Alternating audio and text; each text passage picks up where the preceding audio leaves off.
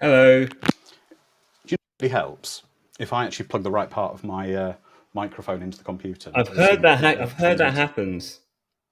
Why can't I hear you now? That was very lucky because I completely forgot about this. I can't hear you now. Oh, Is your mic really? on? Go One, into two. the cog at the bottom of your settings, and we Yeah. are live on the internet for everyone to see as by accident, but it doesn't matter. Hello, everybody. Are we live? We are live. Oh, okay. We Welcome, need to Robin. delay for I like can't hear you 2 now, Robin. minutes. What's going on? What's going on is Where have you hands gone, up. Zoe? Andrew asked me to be on the I can't hear Titanic him. live stream. Can Hang you on. hear Oh, me? I know why. No, it's my fault. I've not unclicked something on the options here. There we go. I can hear you now, Robin. Welcome. So, are we actually live on the internet? We are live on the internet. How many people are watching? We're only up to about 15, 16 people have joined Okay. so far because we're a couple of minutes early, but Okay. Right. So basically, I come a little bit unprepared. that's okay. I completely forgot. I said that I would do this last night. In my defense, we had a very late We did. live stream of our latest release, first person shooter, our first gaming documentary, which has been a massive success. People are calling it the best gaming documentary ever made. And if you're into gaming, if you're into first person shooters, it's available, I think, for $24.99 over at fpsdoc.com. That's right. But it was like outstanding Watchparty. And in fact, one of the notes that I wrote this morning for 90s horror is when we release 90s horror to our backers, we'll do a virtual screening with everyone because everyone was definitely. chatting in the comments, and it was just really, and people were just saying how cool it was to watch a documentary with other people that have kind of funded it and been part of it. So that was all very cool. But anyway, just to say we are here, and it's going to be Titanic tonight. And I know I've got before I do my roll call, I've got Hannibal Grimm saying we run out of sci-fi and horror to watch. No, we haven't. But going forward, every summer of popcorn will end with a final movie celebrating one of the major filmmakers, and we are today celebrating James Cameron with one of. I mean, as we know, we love Aliens, we love all his work, but this is definitely one of his masterpieces. So we're going to celebrate this year with James Cameron's Titanic, but next year it'll be another great filmmaker. Maybe we'll do a poll on it, and you can pick the filmmaker. But I'll do my roll call while Robin's just getting himself sorted. And just to say to everyone, today's sync point for the movie will be approximately 42 seconds in. I know that's a little further than normal. The reason for that is the film has different release companies in different regions. So it's the kind of sepia tone image where it says 20th Century Fox and Paramount Pictures presents. So well, how many seconds in is that? about 42 seconds in, Robin. It's like the sepia, the older-fashioned footage. There we okay, go. Yeah. Yeah, cool. Okay. So I'll do a roll call while everyone's getting that queued up. I can see Hell If I Know over on YouTube. Welcome. Alex Peacock, Hannibal Grimm. And then over on Discord, we've got a lot of great friends joining us. We have, let's go through Mr. Fursel, Lizard Man, Sharon, Jedi Wizard, Mad Matt, Alex Peacock. I think it's a Mr. Fursel already. I'm not sure. Let's go through Phonic, Eric, Calbot is here. Brian Dub 78, Cuttlefish, welcome, new member, and a few other people. So, and Ms. Swift, welcome, Ms. Swift, over on YouTube. I was wondering where you were because it's quite a long film. Let's get, if everyone's ready, we'll press play now because we can discuss this. You're going to do a countdown? I will. Well, actually, Robin, would you do the countdown for us? Okay. I'm just quickly going to IMDb. That's okay. So I can look at all the trivia. I wouldn't worry, I'm a bit of a Titanic weird fact person. Oh, great. Okay. So Brian we'll do the McMahon, countdown. On the count of 3. So 3, 2, 1, press play. That's right. Yeah, and Alex Peacock's exactly right. It's two releases, two distributors, because the cost of the film was so astronomical at the time. It was Paramount and Fox released this because the budget was so enormous.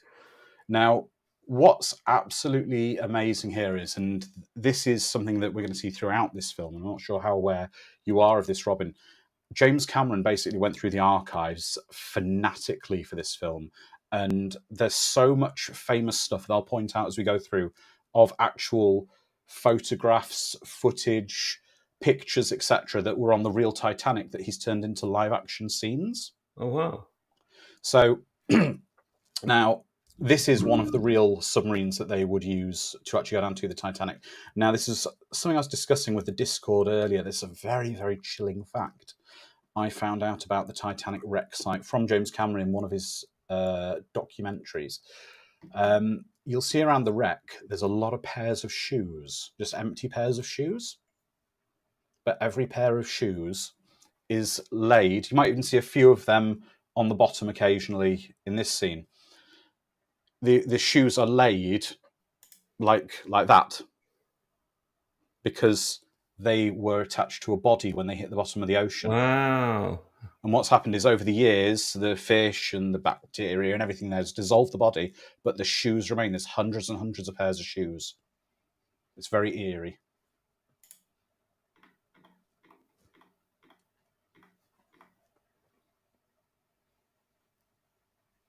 I remember going to see this movie. Yeah. I think I was 18. And I went to see it in my I can't remember what Canon Cinema, I think. I was 18 years old. And I went with a couple of friends, and I remember being really moved. Yes. It was a very I was really engrossed in the story. Yeah. Well, I'm going to maybe just for those people who are watching it and think this is because it's a love story, and it's not as strange as it sounds.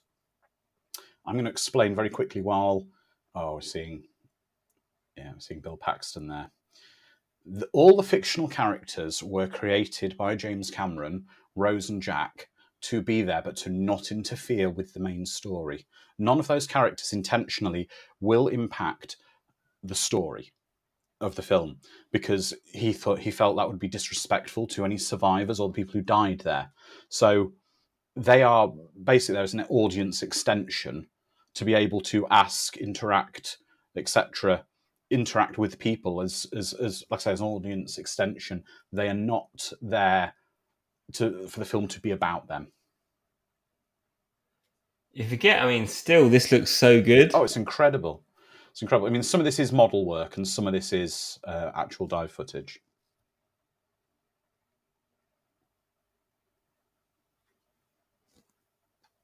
Especially poignant given the events of this year. Oh, definitely, definitely. It's fascinating, but it's insane how far down and everything that's involved to get there. And with the tragedy that did happen, James Cameron himself did venture come forward, and he's an absolute expert on this kind of thing. That's what's brilliant about James's films, though, that he makes himself an expert on so much stuff. He doesn't do a fly-by-night film.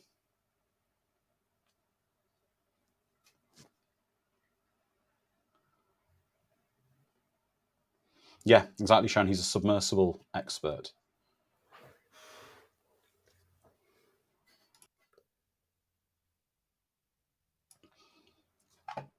So now this is very interesting in a minute. The gentleman we see, Louis Bodine, who's the big guy with the beard, the kind of funny guy. Who is he? He looks recognisable. He hasn't done very much acting. He's a kind of a B-movie writer friend of James Cameron. He met on a Titanic dive. Oh, wow. He's named Louis Abernathy. He's a good friend of James Cameron. They fell out for a little while because in 1989 he wrote Deep Star 6, which came out the same year as The Abyss. So there was a minor falling out, but they're reconciled and they're good friends again now, I believe. But yeah, he also was he's been an author. He's written quite a few scripts, etc. He submitted one of the scripts for Freddy vs. Jason, but not the one they went with.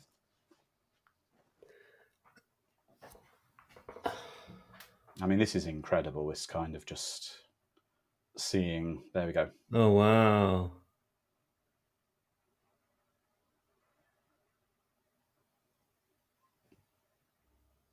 That's the kind of stuff you find. It is like time has frozen down there. Amazing.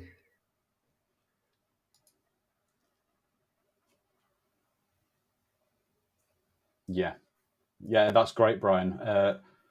Basically, Lewis Bodini's got mission patches on his uniform.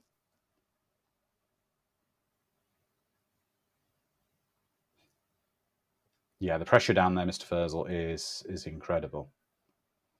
Yeah, Alex, on the big screen, 97, this was amazing. I mean, I saw it in 97 at the cinema. I must have seen this at the cinema when it came out 10 times in the year it came Wow, out. But I saw it this year in 4K and 3D on a that's re-release at the amazing. cinema, and it was worth it. I mean, we're talking about amazing movies. I don't know if this makes me a good or bad parent. Let me know in the comments. But I took my 7-year-old daughter to see Jurassic Park 3D Mm-hmm. on Friday, and the 3D was absolutely amazing. Yeah, Right, and for a film that wasn't shot in 3D, it was amazing. I was so surprised. So if you get the chance to see Jurassic Park in 3D, like definitely do that. yeah. But yeah, that's right, Sharon, about the shoes, with all the undisturbed shoes and boots at the site. Well, Fraglord saying, what was the most pressure? Titanic's sea depth or James's box office need to break even? Well, this film, without it being a pun, but it is, this film was Titanic when it came out. It was just the biggest thing. Film ever, yeah. Oh, yeah, it was. And I remember the year that this hit the Oscars, and it just swept the Oscars. And one of the other things that was amazing that we were just discussing before you joined, Robin, with the intro music we were playing some James Horner from the score. Absolutely incredible composer who did so much work with James Cameron. Oh yeah. So if anyone in here in watching this now has backed Aliens Expanded, I've watched the first 2.5 hours of Aliens Expanded, the rough cut, and I can tell you we have something very special with this documentary. It won't be out until we're looking at Alien Day next year, so April 2024. But Ian Nathan and Sam Way are doing a fantastic job. It made me really happy watching it. I think we're going to have another hit. That'll be good. Anything like that, anything with James Cameron I'm there for. Oh wow! Yeah. But got a new friend joining us on YouTube, Dave Baker. Loved this movie. There's a good documentary I saw on YouTube where Bill Paxton takes the viewer through his journey of the experience filming throughout the filming production, and a few other cool attractions. And he says, I cannot wait for Aliens Expanded. I know it's going to be fantastic. For a rough cut to be this good this early, Yeah, Dave, is like really, that's not how these projects come together. So I was, I've got a feedback actually on Monday, but it was pleasantly surprised.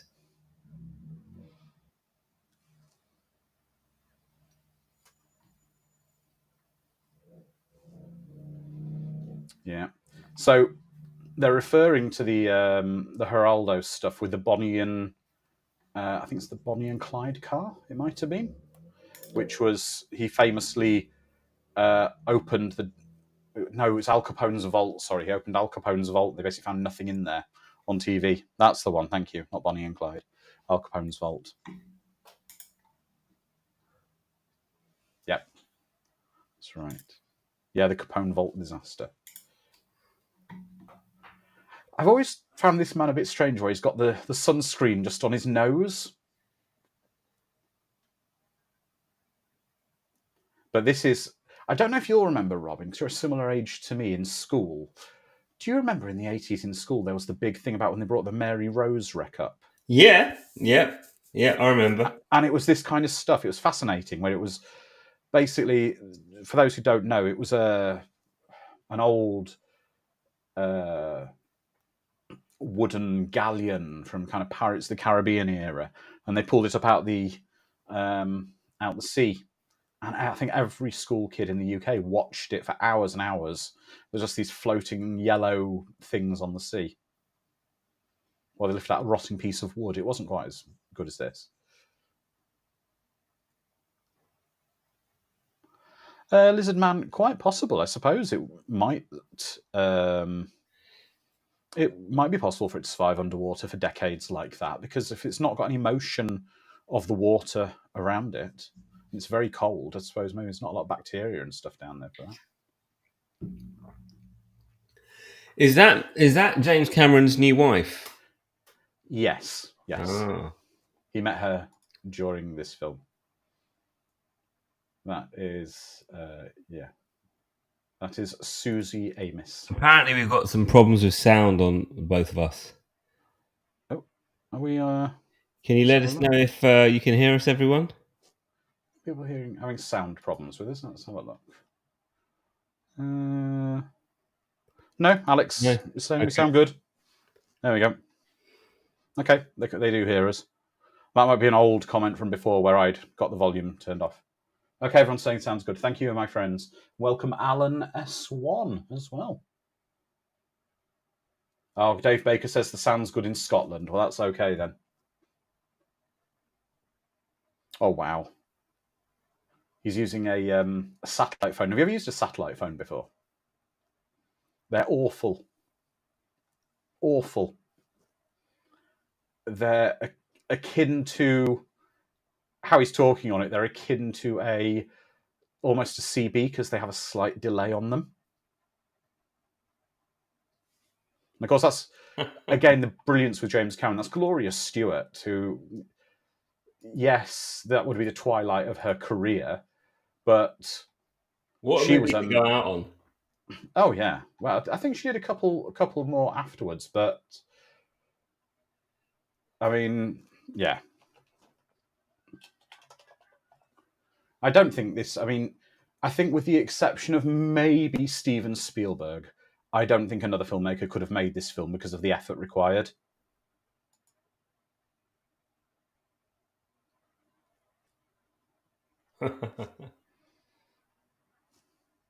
That's right. Mr. Fursley's wearing a Watchmen shirt, and yes, Alex, she had an Oscar nomination for this film, which is just incredible. I mean, this is amazing to think how this film, it's entered pop culture ever since. So many phrases and memes and everything.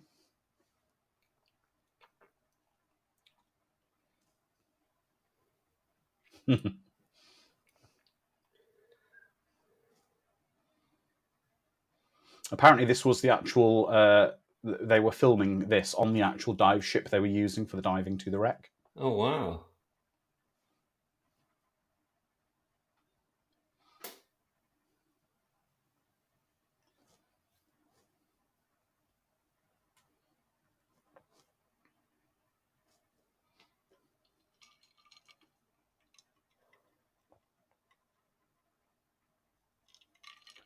Welcome, James Hellier. I didn't know if you were with us this week. Roy Ward Baker managed to make the vastly superior Night to Remember, and he was no Spielberg. I've never seen A Night to Remember. I do have a copy. Good. I must watch it. I know we're a horror crowd here, so on Saturday I went up to London and I watched The Wicker Man, the final cut at the Prince Charles Cinema, and it was absolutely fantastic. And so today I got myself a copy of The Wicker Man from 2006 with Nicolas Cage to compare. So I think it's nice to compare movies. I do think, though, Robin, I'm just going to correct you slightly there. You're saying we're horror fans here. Yes, we are horror fans, but I think it's better to say we're horror-centric film fans because we like all films, all genres. Yeah.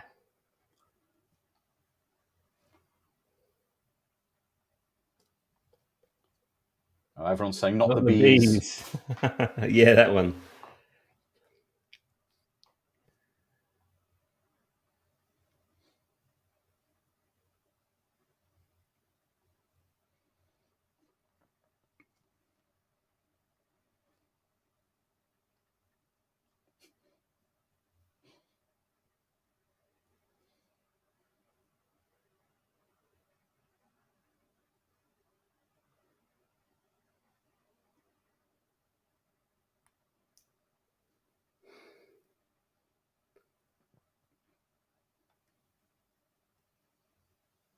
Yeah, Miz is talking about the soundtrack for the Yeah. original Wicker Man. It's on Spotify from a folk band called Magnet, and I went to see the final cut. So there's more of them in it.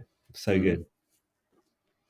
Well, Fraggle's saying Aliens on Titanic could be the best movie ever. Here's a question, and I mean this is a. I don't mean any offence to anyone with saying this, and I never would want to offend anyone. But why is it acceptable that Titanic is in jest for or light-hearted things can be made of Titanic? Because it was a massive tragedy. Yeah. But the world's moved on for it. But if you look at it, there are Titanic bounce houses, bouncy castles you can hire. There are Titanic potato snacks. Alex, if you've got a link to that, because I've got the Wicker Man book. I'm like a massive Wicker Man fan. In fact, there's a documentary that I think's been crowdfunded, not by us, from the son of the director who's doing a documentary about Wicker Man.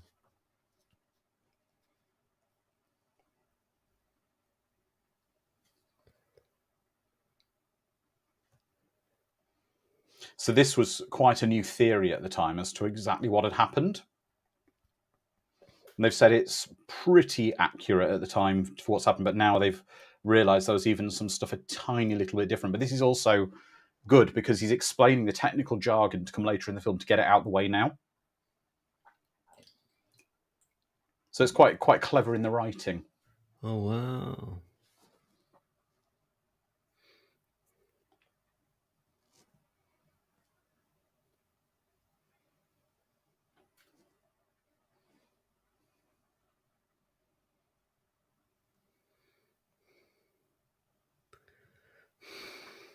Well, it's actually, we were also saying, Robin, it's quite interesting because inadvertently we've aligned this with the anniversary of the discovery of the wreck of the Titanic. Oh, wow. Was that deliberate? No, not at all. Everyone thought it was. I just seem to have this uncanny thing for picking anniversaries without realising it. It was September 1st, 1985, I believe it was found.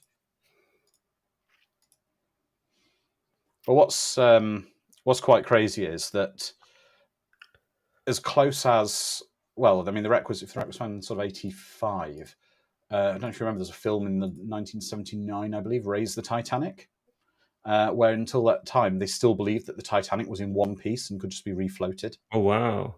Was the general consensus.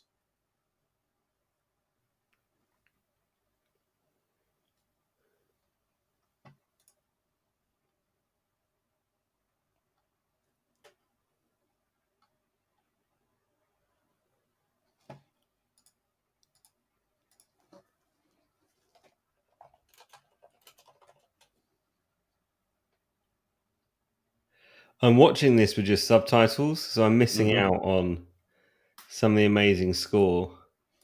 Yeah. But it's still awesome with just subs. Oh, it is. It is. And I love it when it goes back into this. Now, if you ever find yourself in Alnwick in England, there is a hotel that Titanic fans may wish to visit. Let's find the name of it.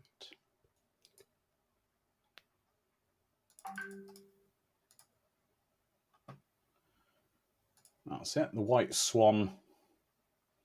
The Olympic restaurant at the White Swan in Alnwick. Where is that in the UK? Basically, one of the Titanic's sister ships, the Olympic, had an identical dining room. When the ship was scrapped, the dining room, the china, all the fixtures and furnishings were taken and rebuilt in a hotel in England. So you can actually have a meal in effectively the Titanic's dining room.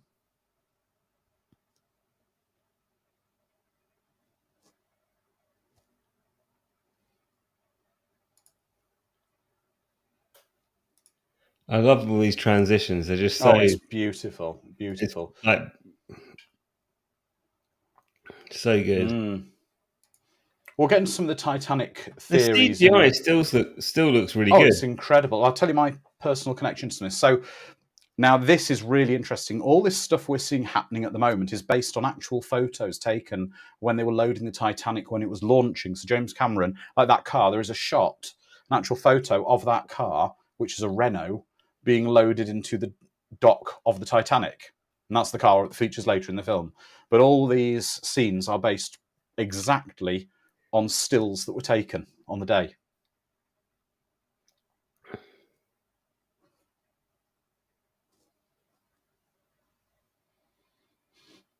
There's a lot of theories about the Titanic, Dave, including that the Titanic didn't actually sink, and it was the I think it was the Britannic potentially.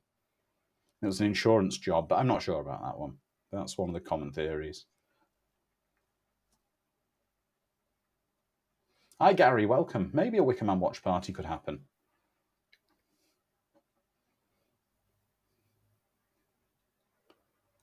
I love Billy Zane in this movie. He's a good brilliant performance in it. What's he doing now? He was big. He was big, but he never was an A-lister. No. You know? He did a lot of kind of almost got there. He was, he did his big solo film, I suppose, was like The Phantom. Yeah. But I mean, a non-major A-lister getting this superstar movie. Oh, and David Warner, another tremendous. He's brilliant in this as well. Another sadly missed star. I saw him, David Warner. It was quite sad. Probably about 2019, I went to a very small film convention in London, and he was there doing some signings, and he was very old. One of my friends actually. Dead Calm would be fantastic, James. Maybe that's something we could do for a watch party. I haven't seen that. The Nicole Kidman one. Yeah, it's brilliant. Yeah. Absolutely brilliant. It's a good movie. So, there we go. That's James Cameron cameo there, being checked for lice in his beard. Oh, wow. So, yeah, one of the things... Sorry, what was I trying to say about... let me go through. I'm looking through who I was talking to. Dead Calm. David Warner, my friend in the mid-90s. He just finished in university and he was looking for just something to do. And he got a couple of days working as an extra in a BBC Wales drama production they were shooting, and David Warner was in it. And he said David Warner was an absolute gentleman on set, even with the extras. Absolutely lovely to everybody. He couldn't speak highly enough of him. And old Leo's amazing in this film as well. Yep. Yeah. Now, something I was saying earlier, for those who are just joining now, Jack and Rose and a lot of the fictional characters are in this. James Cameron has said basically as a way to have stuff going on and for the audience to interact with the story and the characters that were on the Titanic without actually affecting the story, the outcome, or being any form of no disrespect to any canon events that did happen.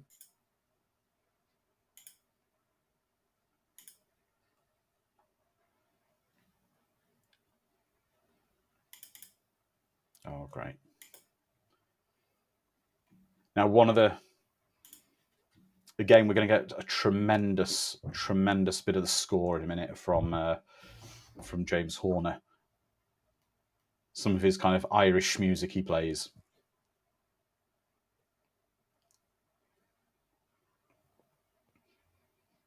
And this was a real bar that was by the Titanic, where this is set.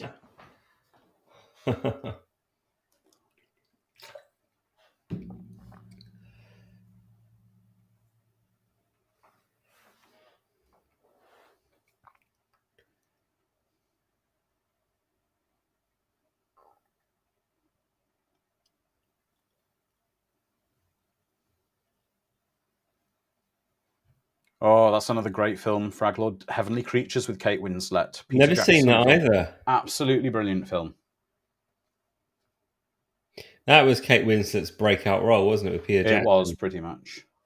Okay, James, well, we'll certainly have a look at potentially Nightwing.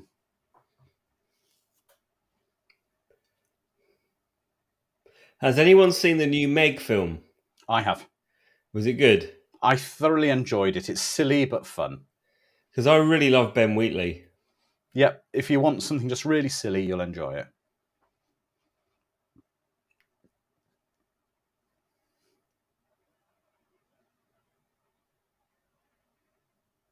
I love this. We don't have lice. We're Americans. Yeah. But there would have been a lot of people, though, who would have... It was... I mean, this is all the real stuff about people waving off and whatever. You've got to remember, a lot of these people would have been... They'd have sold everything they owned to get a ticket on Titanic to go to America. Basically, because there wasn't really immigration for the most part then. You just went to America and started a new life there, and it was... You got there and just figured it out. I love that Yeah. kind of bravery. Yeah.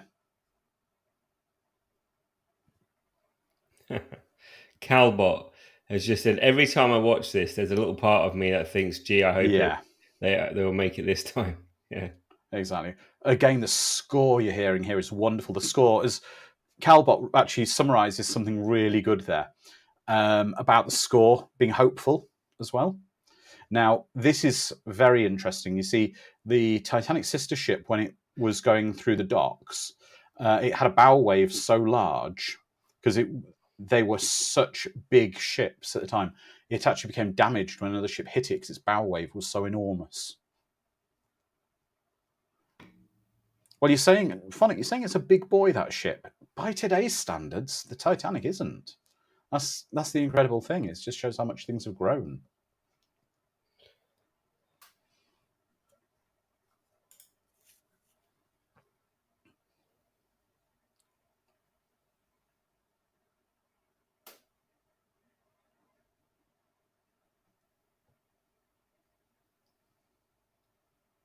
I mean, that's luxury, isn't it? Your private promenade deck.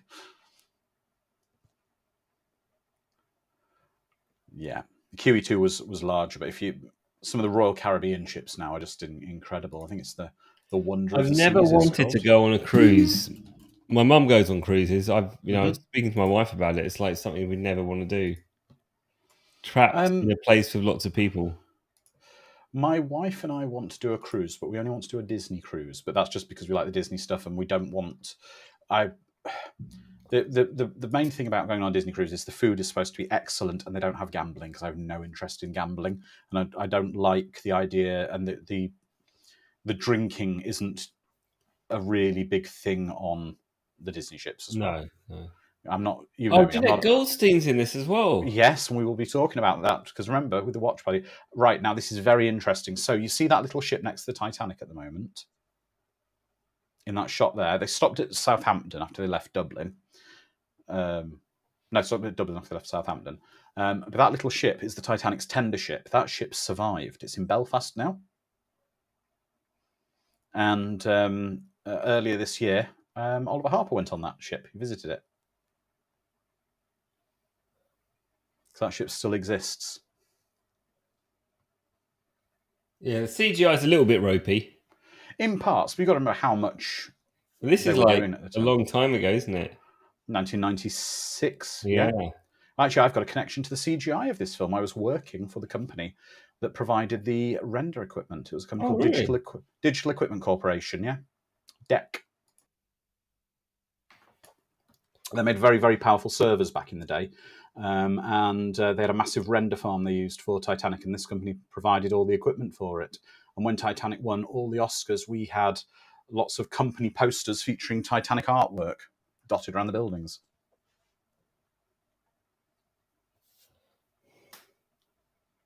I mean, this is what's incredible to think this is what the engine room was like. How big these... No health and safety. Oh, nothing like that.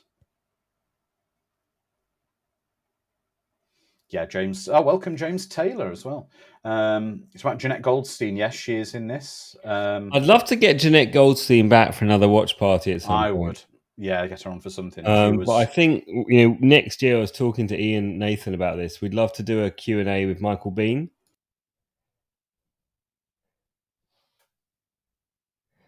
Depends how far over budget we go. And the strike ending. Yeah. So keep watching as the ship pans along. There's going to see something else that's very, very... Oh, Near Dark's another good film. So there's going to be in one of the panning shots in a bit, you're going to see a little boy with a spinning top and a man taking a photo of it in one of the shots.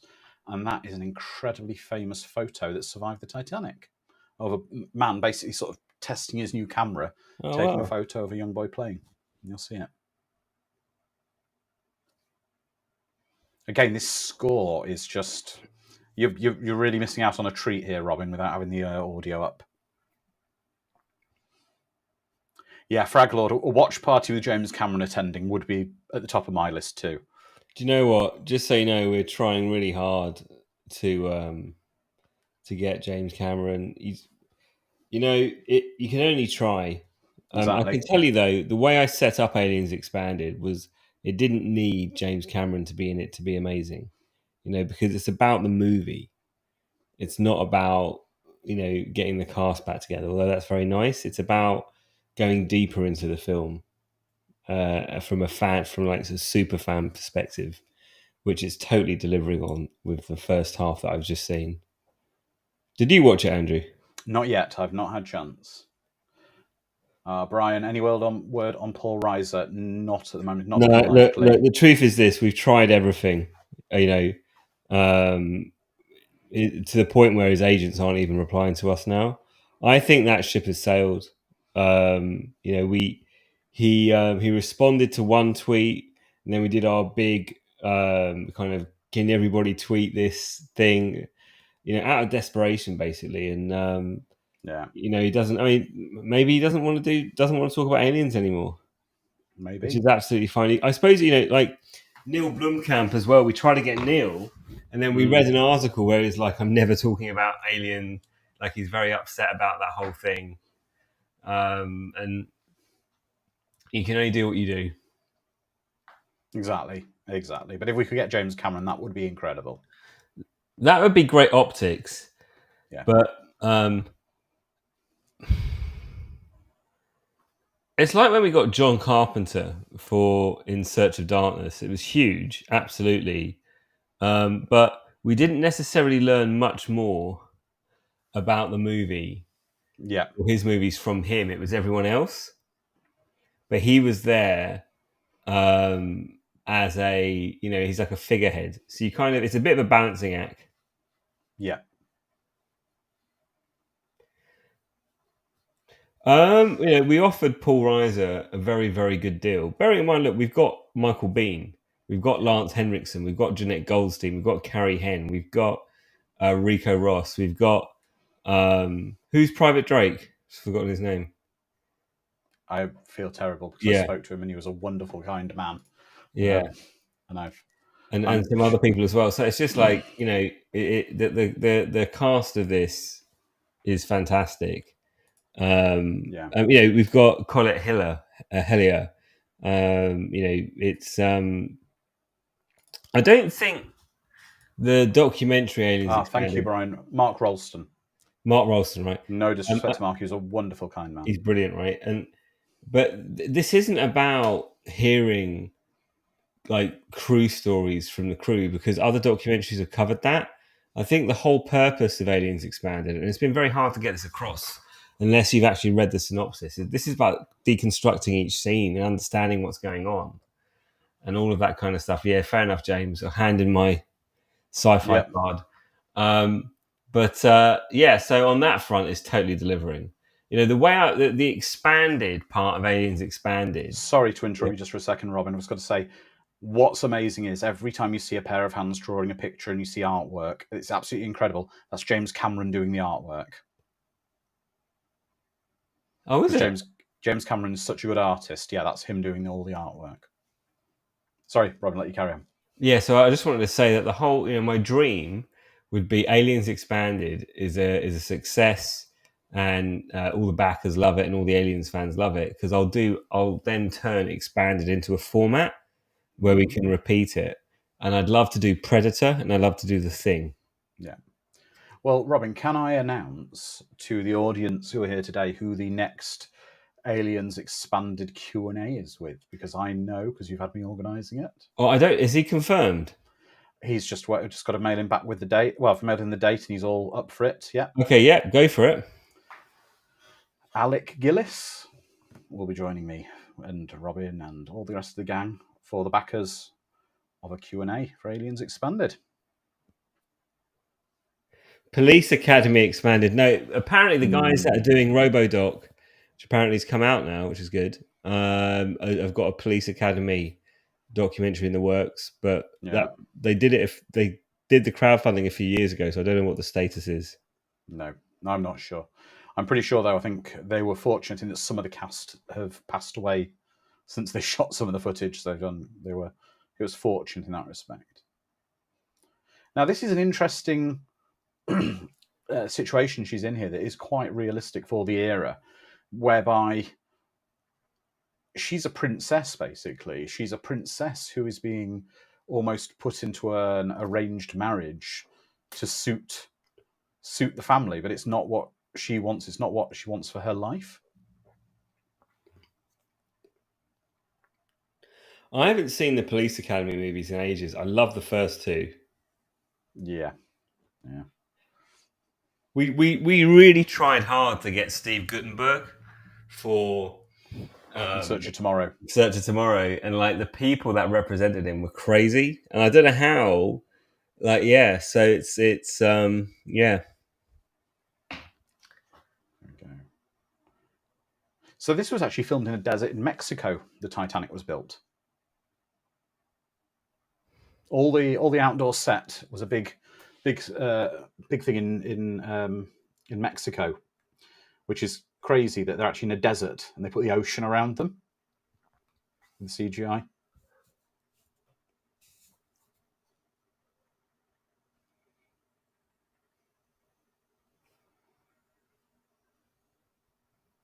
I think Gillis tried to put a good word in with Blomkamp for us. Yeah. Exactly, Sharon. If she jumps, she just gets sand everywhere.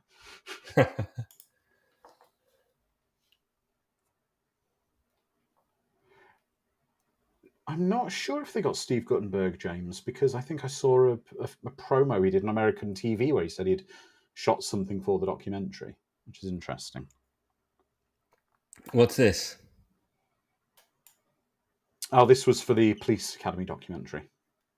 But my understanding is Steve Guttenberg and Michael Winslow for a while have been trying to get their own Police Academy film underway, so that's possibly why. Oh. But I'll be honest, Cocoon is a far better film than any of the Police Academy films. That's a film I struggle with. I really enjoy it, but it tears me apart in bits, that film.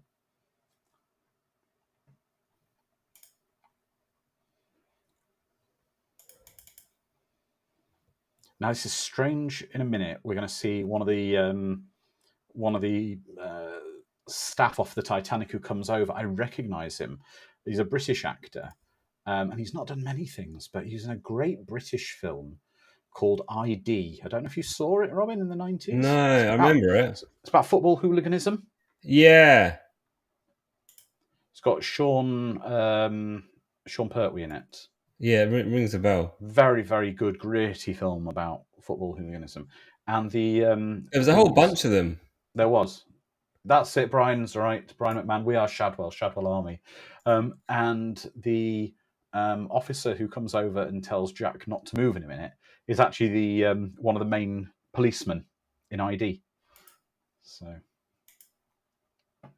I suppose for a lot of actors, you're only only one role away from a bit part, from a starring part.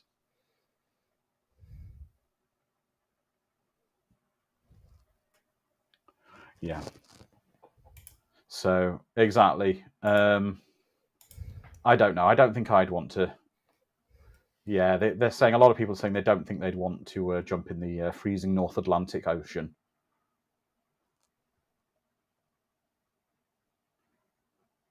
There is, Brian, a link to Alien 3 from ID.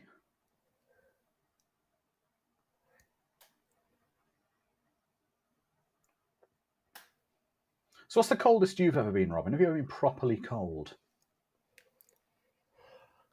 Do you know what? I don't like being very cold. I can handle being very hot, but right. I absolutely detest being very cold. But I am a big fan of hot saunas with cold plunge pools. Just cold water, not like ice in the water. No, like ice. Like so ice. Some of my friends have got really into these ice baths. Mm-hmm. But no, I don't know really. I can't think. I've always tried to avoid being too cold unless I'm coming out of a sauna and I want to get shocked. Right. Temperature shock. Yeah, Halifino says don't come to MD's Maryland, isn't it? Very cold there. Yeah, well, I spent one Christmas and New Year in Traverse City, Michigan, on the Great Lakes of northern Michigan, and that was cold. I learned about Maryland. Thank you. And I spent one Christmas and New Year in northern Michigan on the Great Lakes, and my God, I learned what cold was compared to the UK.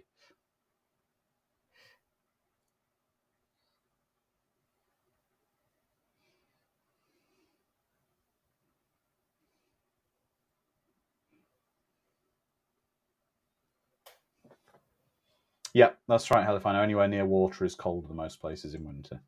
And here we are. We're seeing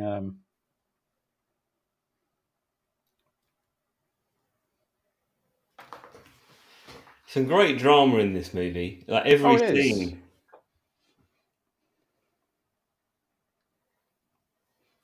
I mean, it's Jack and Rose's kind of story, but the fact that they help us understand the wider story of Titanic.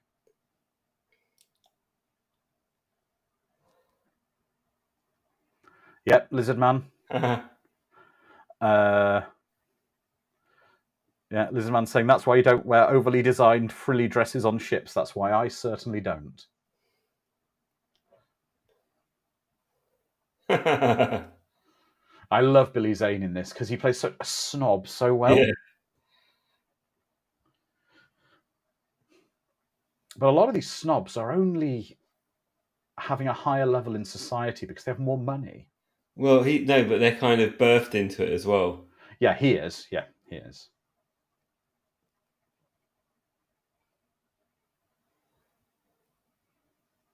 Yeah, Cal is supposed to be second. His father's supposed to be a steel tycoon.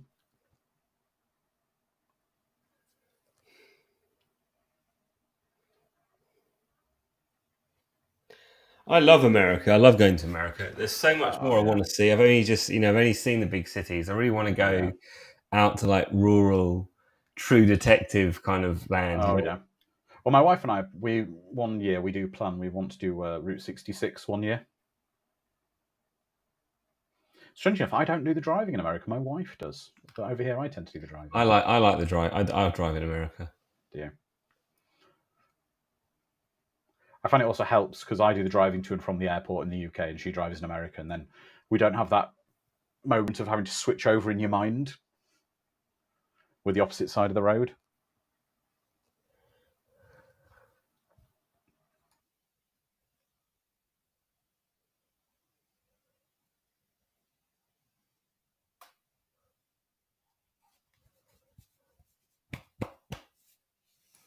That they did. DiCaprio and Billy Zane both appeared in Chris's movies. James isn't a fan of the romance and the portrayal of the. He's not a fan of some of the portrayals, but I like it.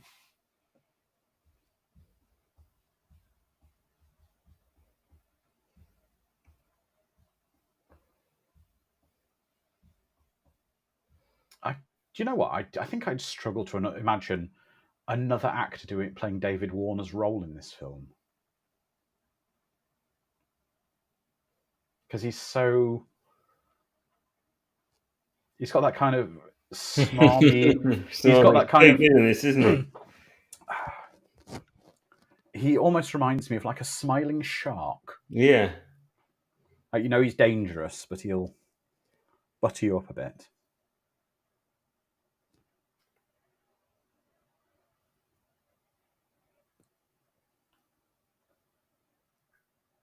Now, this is a bit of an interesting and worrying kind of thing.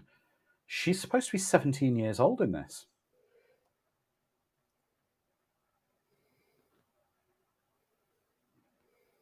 So he is wooing a 17-year-old. That's what they did back in the day. Yeah, age didn't matter.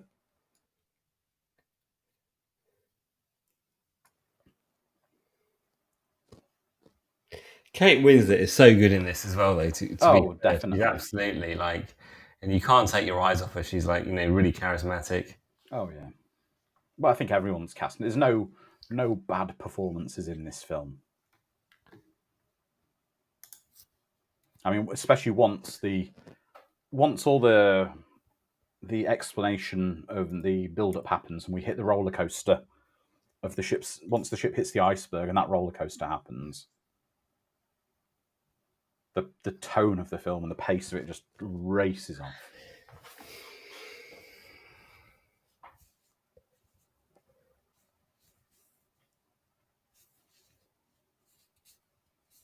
No, you can tell she doesn't. She feels like a prisoner.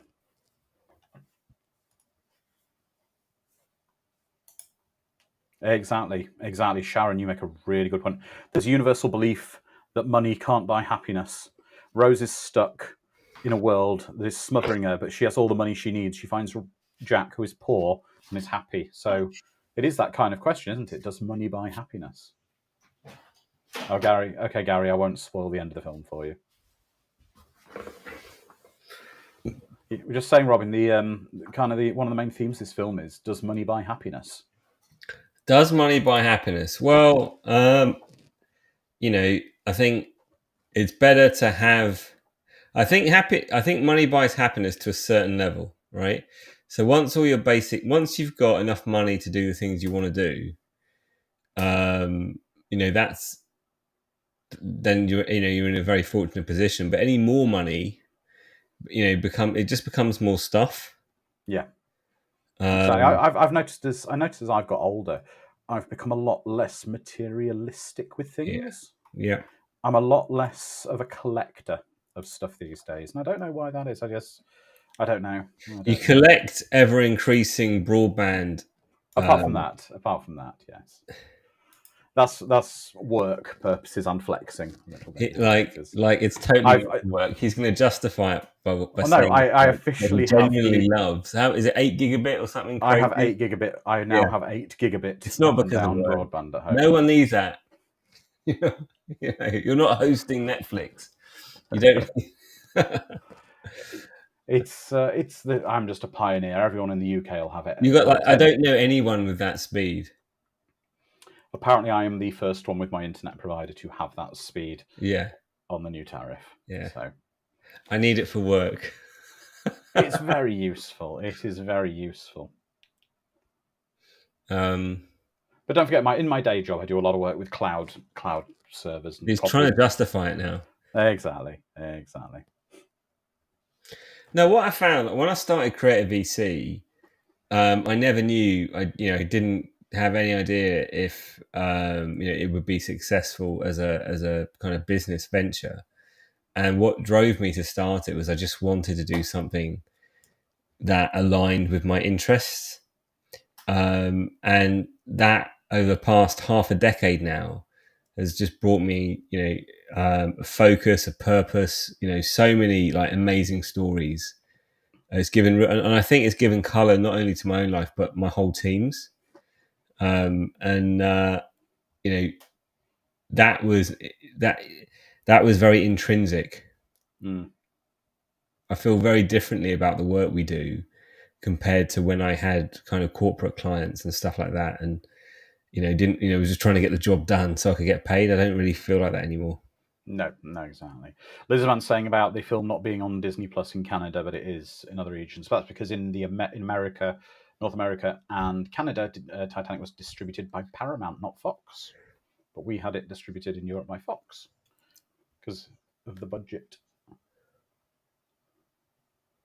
Yeah, Brian McMahon says he went to the Titanic experience in Belfast 10 years ago. That's where Oliver and one of our other friends went earlier this year. It was great to see loads of history. They had setups of each of the rooms with the different Titanic classes.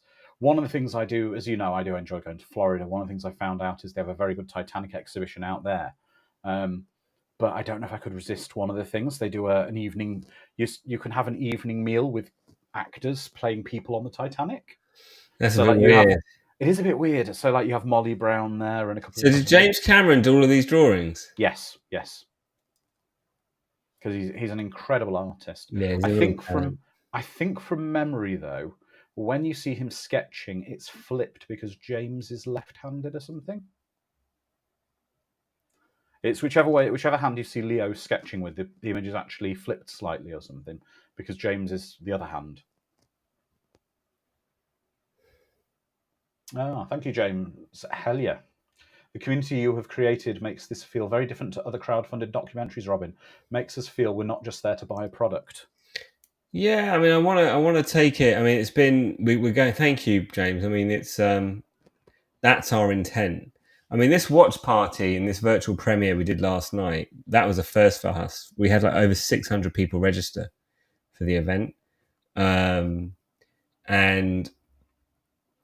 I kind of learned something about how I want, when we release one of our projects now, we want it to become a communal experience. And I think the relationship that you have as supporters and backers of our work is very different to any other kind of relationship you have with, media that you consume passively.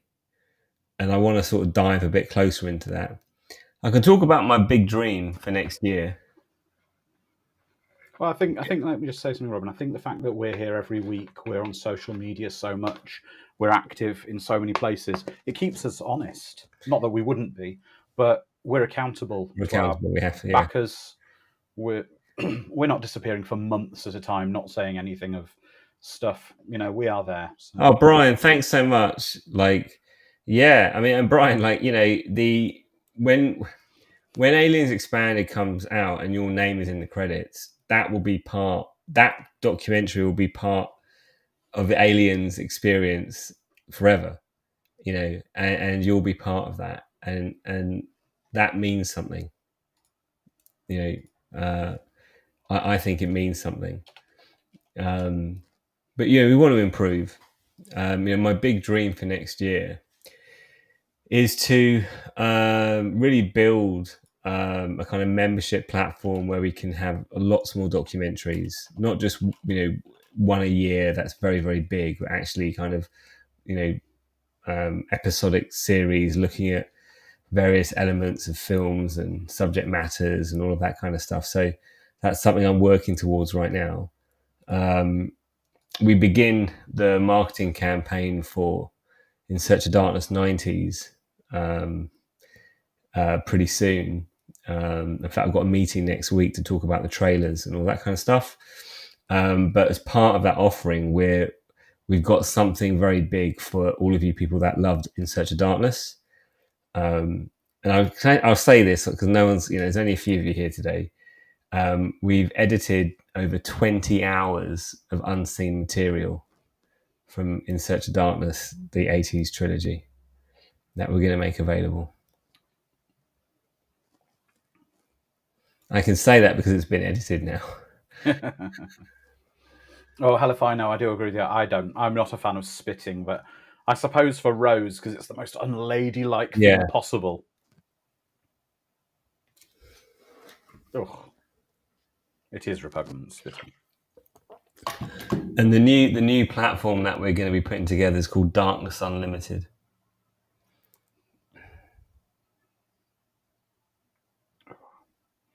There's a tremendous discussion going over in Discord between Jedi Wizard, Lizard Man, and Sharon at the moment, discussing Bay not being good at characters. He's good at sequences more than narrative.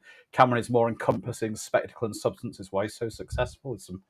I'll tell you what, there's in our Discord and on our community and YouTube and Twitter and all those places, the fans provide these just great little nuggets and these amazing conversations, and it's just a shame we can't somehow distill them, because these are fascinating debates. Ooh. So now then, one of the things we have in is we have a super fan called James Hellier, who's a bit of a British gentleman, TV and movie super fan.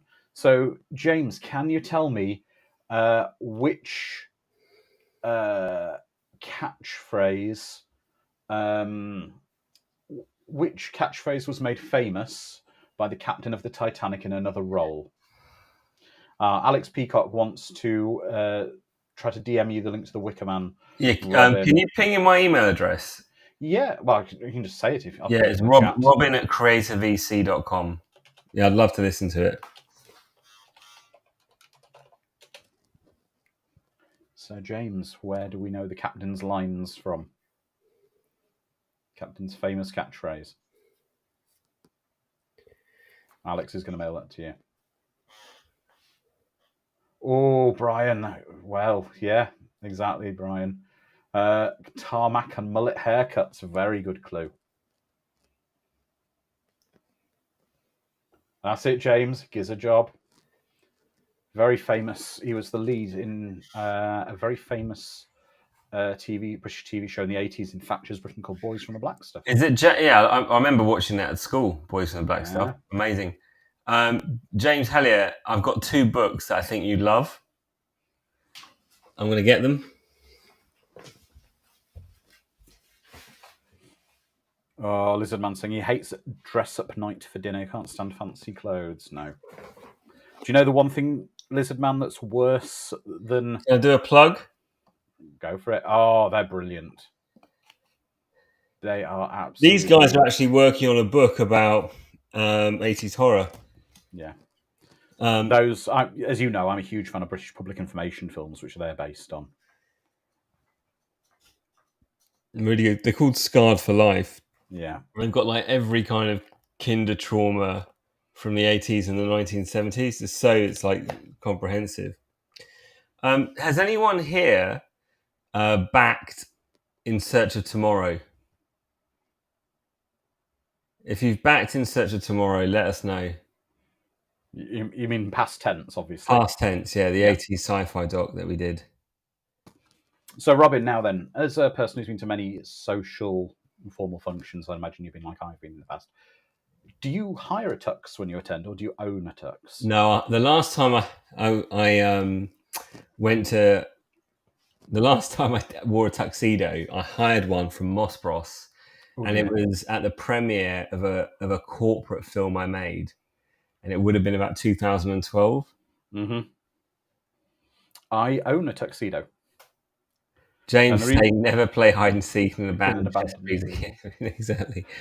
I own my own tuxedo, and the reason being, I can't stand hide tuxedos. I tried one once, and I was like, no, I don't like it because every one of them looks a bit tatty. Yeah, they do, unless you get the fit right.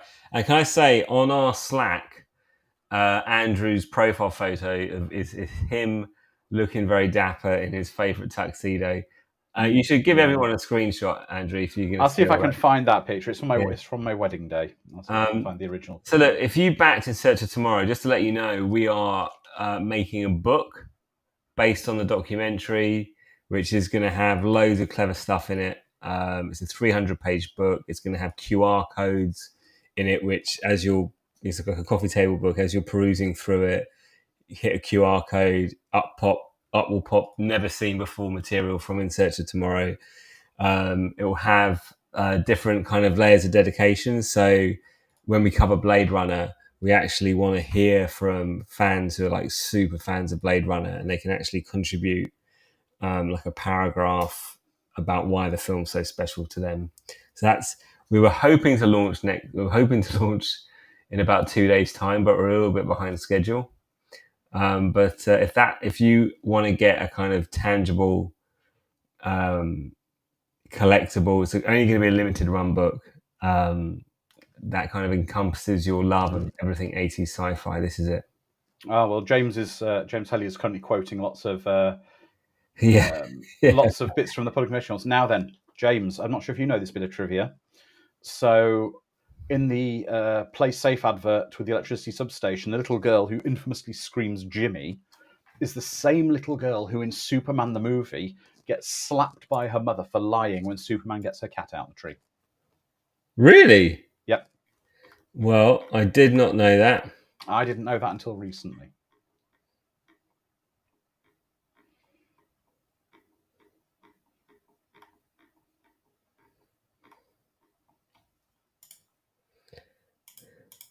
Trying to find my photo. Good thing with iPhones nowadays, Robin, as you appreciate, it you can identify yourself from pictures in the phone. Those of you in the Discord, I've just shown you a few of the images from the new book.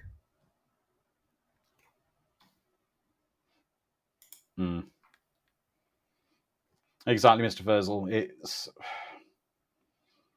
the way they're treating him. Well, the way, to be honest, he's come along as a curiosity. It's a bit disgusting, actually, in some ways, but the way they treat him. It's like, oh, we're giving him such a treat coming up with the. Watchparty chat. There you go. There we go.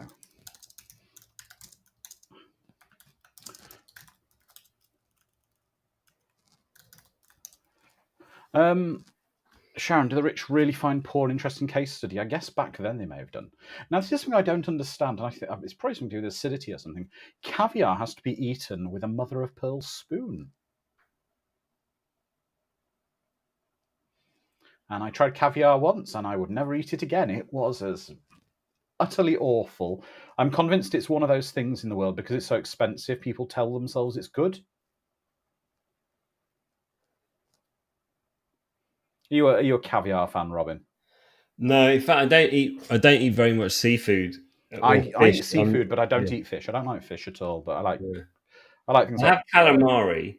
I have calamari, That's it. lobster, squid, No. that kind of stuff. Shrimp.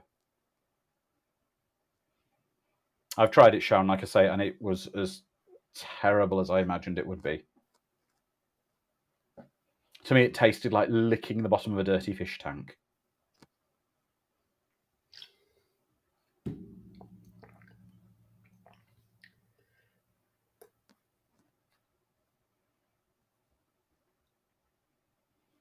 Jedi Wizard, he's a fish stick, or if you're British, fish finger kind of guy.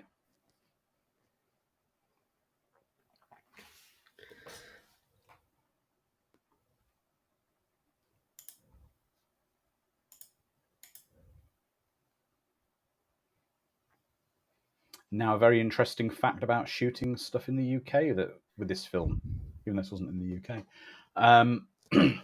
In the UK, as you probably know, Robin, you're forbidden from smoking in workplaces. It's the law. Yeah. People in Europe find that really weird. Yeah, you're forbidden. However, film TV sets are an exception if it's required for the production.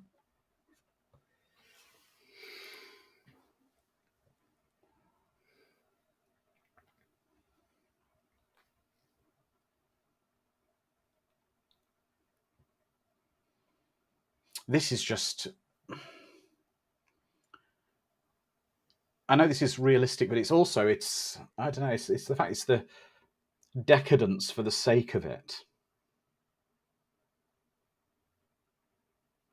It's.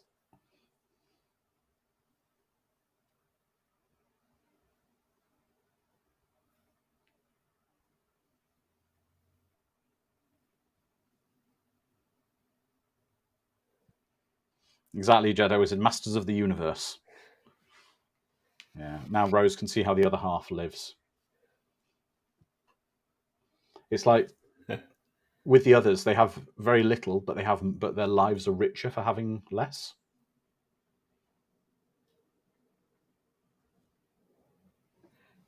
Smooth. Yeah.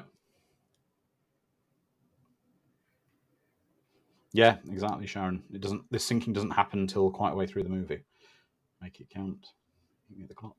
You can visit. Actually, I believe the staircase from this film is in that place, in that museum in Florida I was referring to. Wow, It might be something I might. It might be something I might go and visit on one of my trips.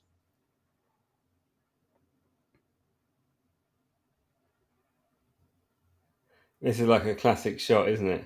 Oh, it's definitely.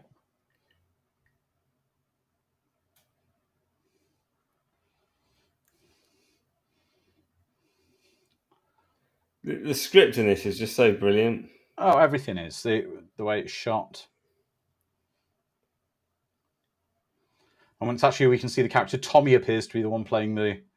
Oh, no, I don't know if that was Tommy playing the drum, but Tommy is at the party because we see him later, and that's Cora. Oh, there's Tommy over there. He's got a couple pints. But they do seem to be having a much better time.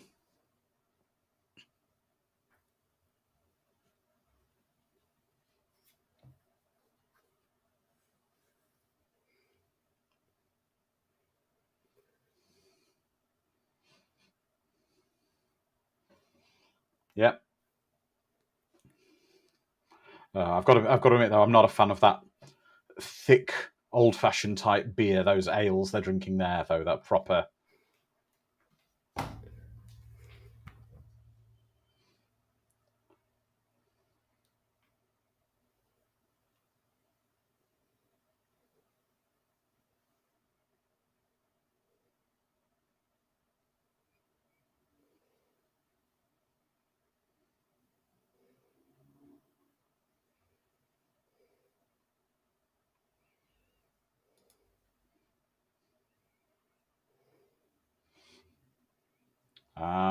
Bright Man says Steve Guttenberg was in The Day After Tomorrow, an averagely scary World War III what if film, and Reece Dinsdale was in, who was in ID, was also in Threads. Now that's I've always wanted to do a Threads watch party, but I think it'd be too hardcore. I don't think I could do it. Have you seen Threads, Robin? No, but I've seen enough of it from In Search of Tomorrow. Alex, got it. Thanks so much, buddy.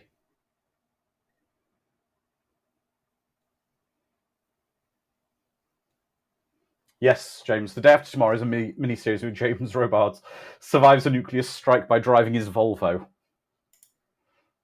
Oh, maybe we'll do a day after one, James. Maybe one day. Yeah, I think of The Day After Tomorrow. That's the Dennis Quaid terrible one where the Earth froze and it was a bit, yeah.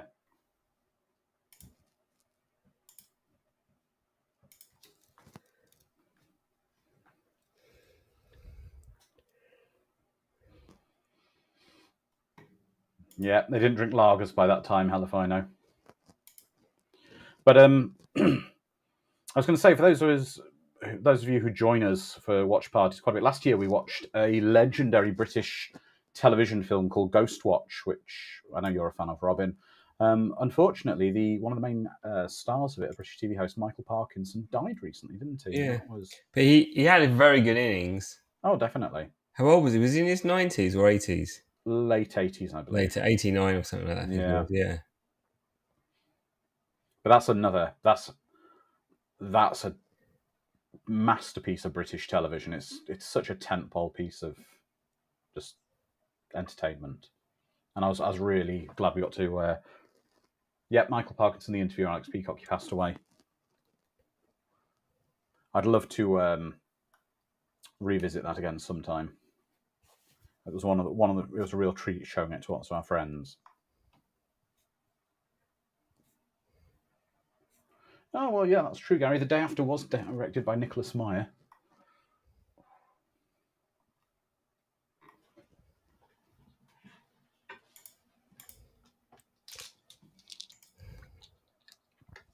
Have we got any fans of the movie Manhunter with Brian Cox, the Michael Mann, like pre-Silence of the Lambs, Hannibal Lecter? And the reason I ask is... Hell if I know's a fan. And so Sharon. On Tuesday, I'm going with my wife to the BFI in London, British Film Institute, to see a talk with Brian Cox. Oh, wow. Followed by a screening of Manhunter, which I'm very looking forward to. And of course, it's the actor Brian Cox, not the scientist and former keyboard player Dee Reed. Yeah. No, I don't think he was in Manhunter. No.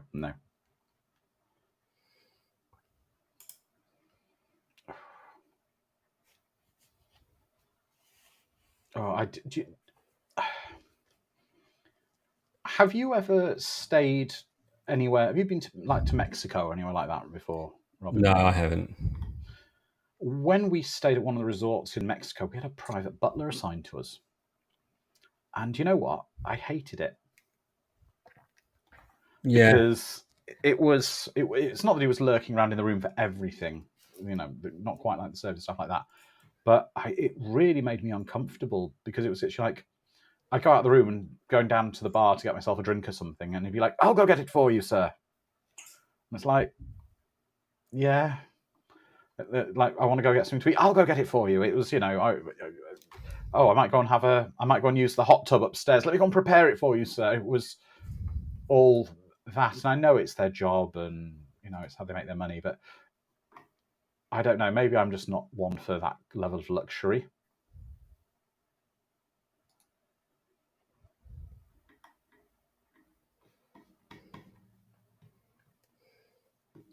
Now we're seeing Billy Zane, who views her as some kind of a thing.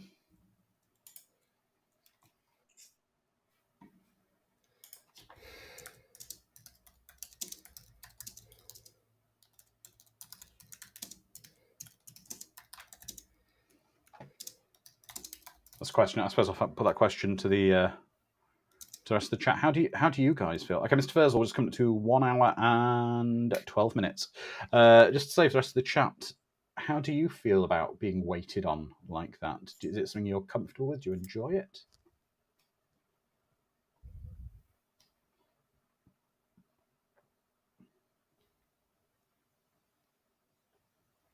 Oh, Alan.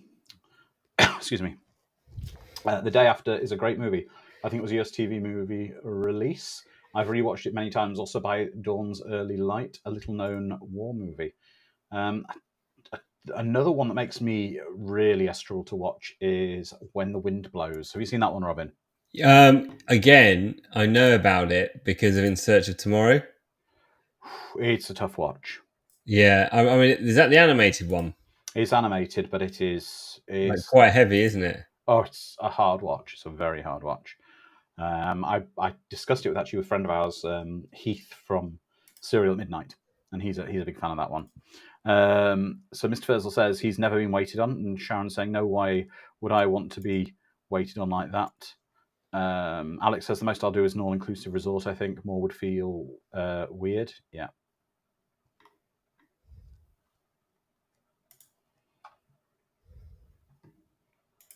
Miss Swift says, I haven't had someone wait on me like that. I'd have to try. I think I might like it. You think you'd like it, but I don't know. It's a thing.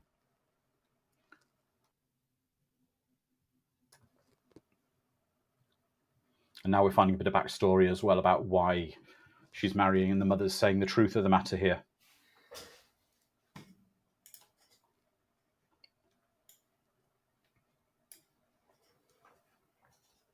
It's such good performances, such good direction as well. Exactly. I mean, everything on this is triple A. The performances, the sets, everything is just. She's saying, I mean, basically, it's just the family's good name.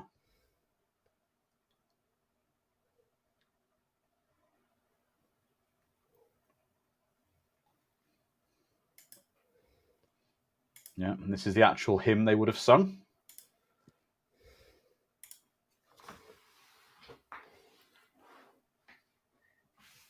Yeah. Did you, when you were in school, did you have to sing hymns sometimes in the morning when you started? Yeah, I remember that. We used to And sit you'd down at assembly, yeah, and we'd have these blue like Praise Be books. That's it. And we'd do all that. Yeah.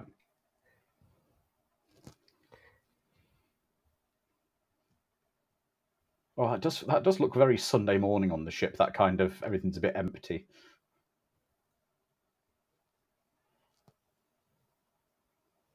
Helifino went to a private school for a few years, and it was commonplace to be waited on.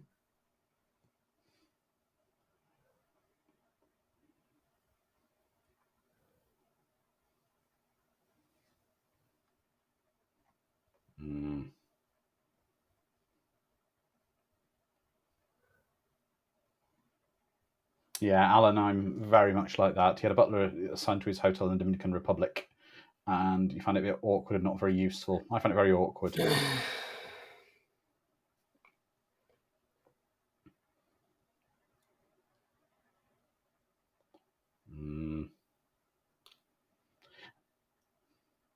Now, what's quite important, Robin, is as we go along the film, try and remember the faces of every member of the Titanic staff that you see.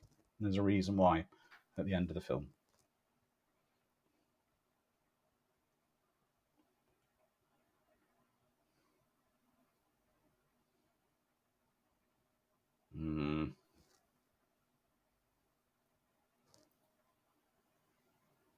That's crazy, isn't it? We want to make the ship go faster, so someone has to throw a match into... Here we are, this is it.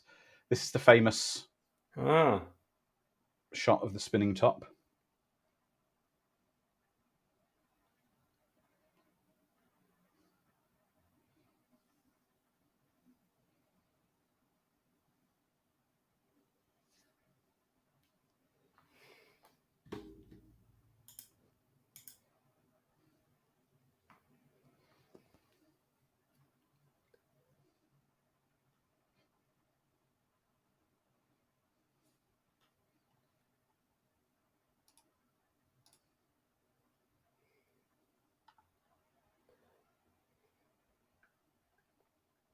Now, Thomas Andrews in this is one of my favourite characters of the film. And when you, again, as we go through the film, I'll tell you about some of the true life stuff. It's Victor Garber playing him, who is he's actually a very notable Broadway actor.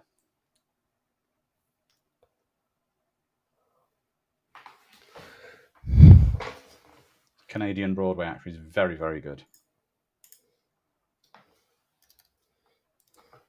No, Alex, I don't really think that you're saying. Paying attention to the wardrobe for a minute, I haven't seen this many tab-collared shirts in some time. Gentlemen, ladies, should they make a comeback in fashion? No, I don't want a shirt with a separate collar in my life.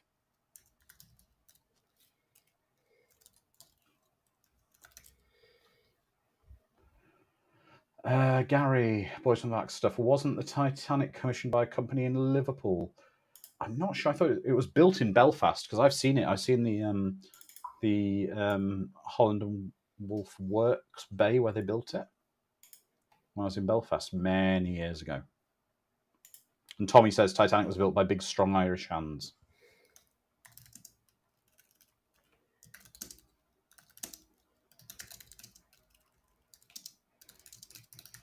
Yeah, Alex, I don't like formal clothing very much, my friend.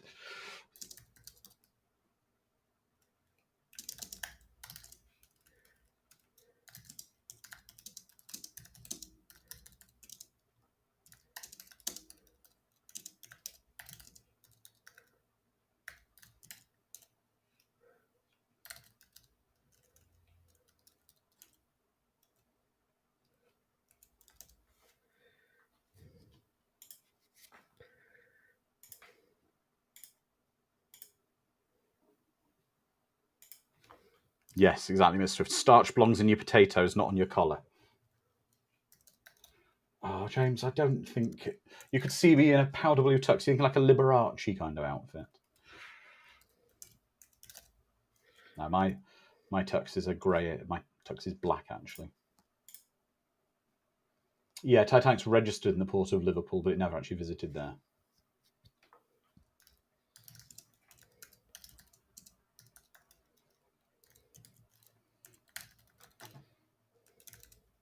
But this kind of stuff still happens now with weddings, where the mother-in-law gets out of hand with things. When you got married, Robin, how was things with your mother-in-law? Was she restrained, or was she? Have to be very careful what I say. No, my in-laws have actually just left on Saturday, so they're from Australia. So they've been staying with us for a few weeks. We went away on holiday with them, and I was over in Australia. Do you know what? I've lucked out. I've got the most amazing in-laws. So the only thing is, when my wife and my mother-in-law get together, they're both planners, and I can't deal with it in stereo. So I have to leave the room because they'll just try and talk to me about stuff, and I'm like, no, I don't want to have to think about anything at the moment. But apart from that, no, they're brilliant. When I got married, my wife and I decided not to tell we decided not to tell anyone we were getting married until about a month before the wedding. And the only reason being, as much as we love our in-laws, her mother would have booked Westminster Abbey given chance. She'd have completely ran away with it, and we love her to bits, but we didn't want to. We kind of wanted to cut her legs out from under her a bit on that. Now, this is an iconic scene. The score. I know this became the famous pop song based on this score, but it's such a scene. Yeah. I mean, in cinema, there are scenes in films that a film can be defined by, and this is one. Yes. This is a cinema scene. You could look at that in a montage of films, and you'll go, "Yeah, you've got it. You've got it in so many films. You've got it in, so many older films, newer films. You've got these. Yeah, this is just."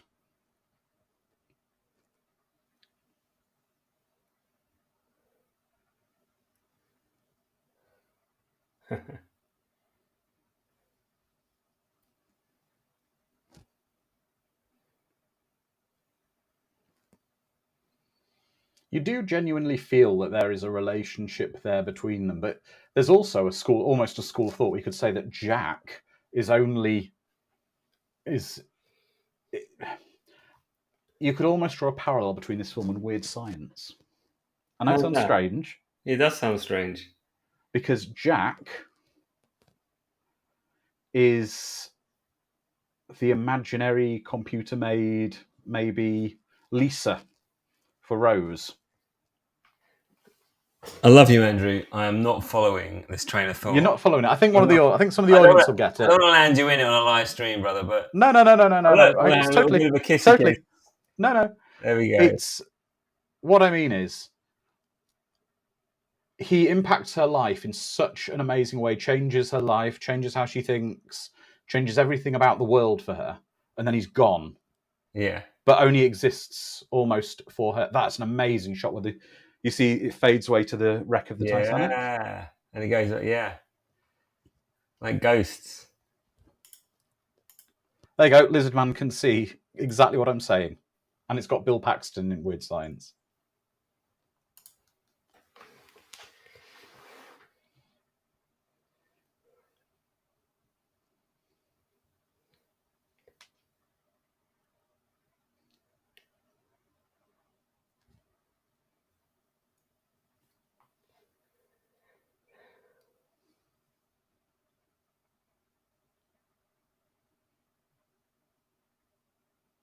This is the genius of the film, because these scenes, I think, are almost inserted to cover off the audience and those people in the audience going, but why didn't they? Why didn't they I turn love the this Titanic? transition. Yeah, I love these sort of old and new transitions they're doing. But the fact that these scenes where it goes back to the present day are to cut off those people in the cinema going, yeah, but why didn't the Titanic turn its wheels suddenly at the last minute and this and that to avoid it? And it's to ask those questions to shut them off from people. I'd be fascinated to know if those scenes were written, if some of those scenes were written after people had watched bits of the film and he'd looked for nitpicks.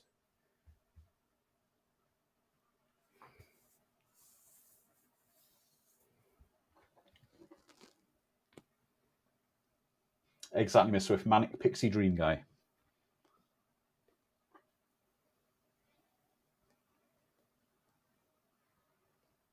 Alex Peacock says, let the nice old lady telling her story be a reminder to you. Talk to your grandparents for their stories before they're no longer with you. Yeah. Exactly. I want you to draw me like one of your French ladies. Yeah, one of your French girls.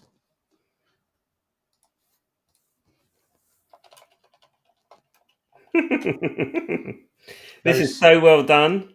Oh, definitely. Now, that's the thing about this, and I mean, this is fictional, this part, but it shows how much amazing stuff there is in history with this film that can make amazing films and new stories to be told. Now, if I had my way, there is a story I want a film to be made from, and I want it to be made by Christopher Nolan, and it's called the Saint Nazaire Raid in France. It is the most incredible story, Operation Chariot, or known as the Greatest Raid. It is an incredible story about attacking a German submarine base in France. And I'm not going to derail the watch party with this, but after this, there's a Jeremy Clarkson documentary on YouTube. Yeah. There's a Jeremy Clarkson documentary on YouTube called The Greatest Raid. Watch it, and you'll know why it would be the most incredible film you've ever seen. That was in it. That line where he said, on the bed, the couch, that was a goof, and they kept it in.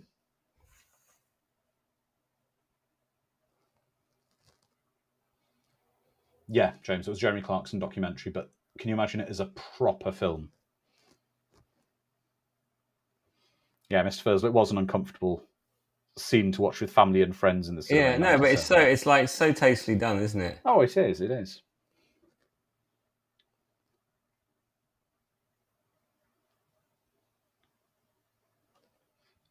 Now we see the hands that we see actually drawing Kate is Jim Cameron. So is YouTube allowed nudity like that on a live stream? Or is it just like let it go? Well, they can't see it, can they? No, I can't show. We couldn't show that. Oh, they're not seeing it. They can't. Yeah, obviously it's. They can't see what we're watching unless they can really pick up on the reflections in my glasses. Probably not. But that's Jim's hands. So that's why the hands look maybe a little bit older than Leonardo's. Can you imagine if you could have these original pieces of art he did for the film? Oh man, that'd be incredible. I'm not an artist, as in I can't draw like this. I find it magical that people can do this, but it's just not something I can do.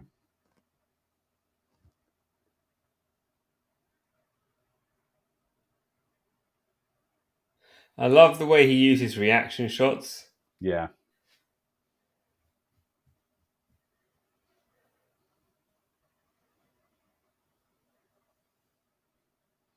And again, you haven't got the audio up, Ron, so you can't hear just the amazing score that's got the themes that are just reworked throughout the film. And they start off so uplifting at the start of the film, and it gets darker and more sinister and upset and scared as the film goes along.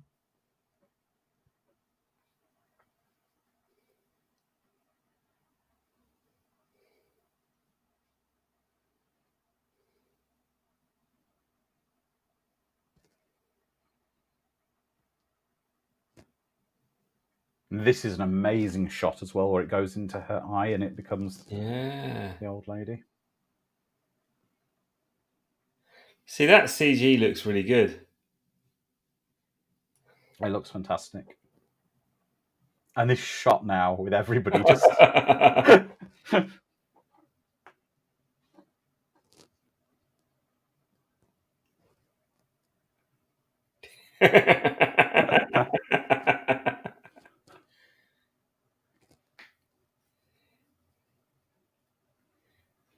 Oh, wow, I've just noticed something. Their private suite is so luxurious. If you look on the wall behind her, there is an elevator in their private suite on the Titanic.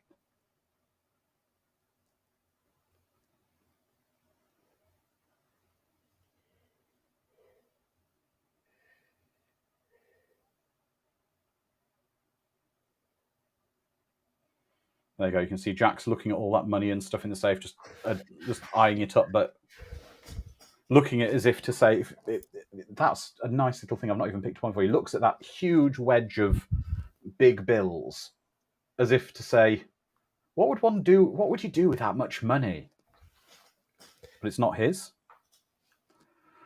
Oh, that might be Alex. I'm not sure. He's saying, is Titanic the only time that two actors have been nominated the same year for the same role in a film? Because, of course, Gloria Stewart and Kate Winslet were both nominated for Best Actress and Best Supporting Actress, so they're both playing Rose.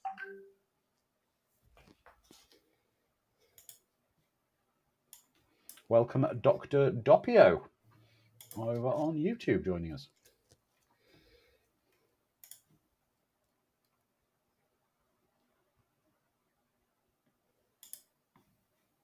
Ooh.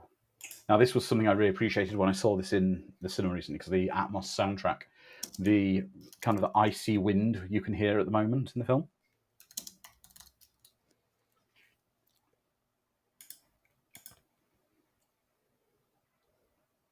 I've forgotten just what a great movie this is. I can't remember the last time I watched it.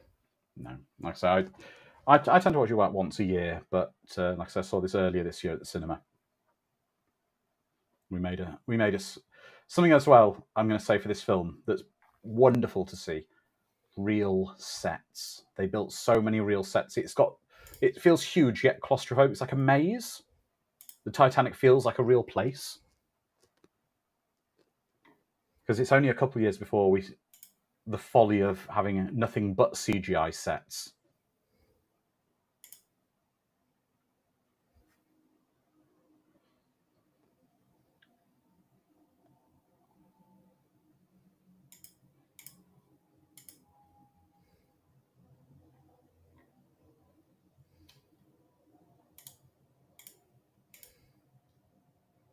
I don't know if that's appropriate for the year of the film.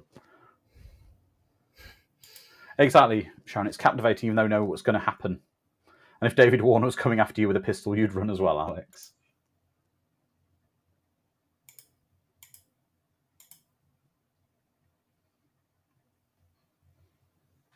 Now, this is a very true thing we're seeing that they show even today on modern cruise ships. They're basically in areas they shouldn't be. If you look, they're in like the staff areas.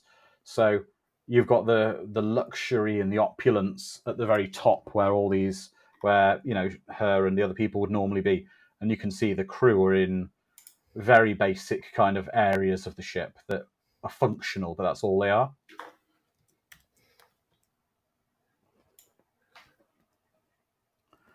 Mad Matt, if you want to do the research on that and let us know, that'd be fantastic. He wants to know the historical accuracy of her flipping the bird at him.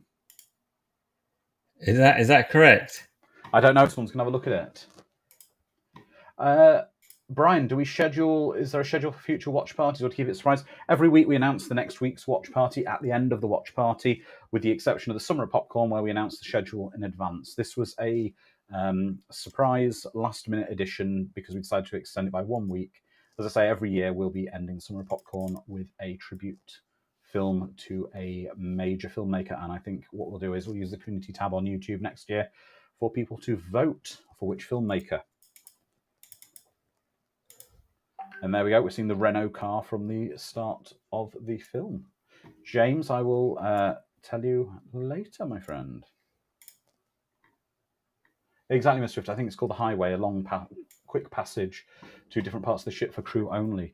Very, very similar to the Magic Kingdom in Disney World, which is a bit like a cruise ship.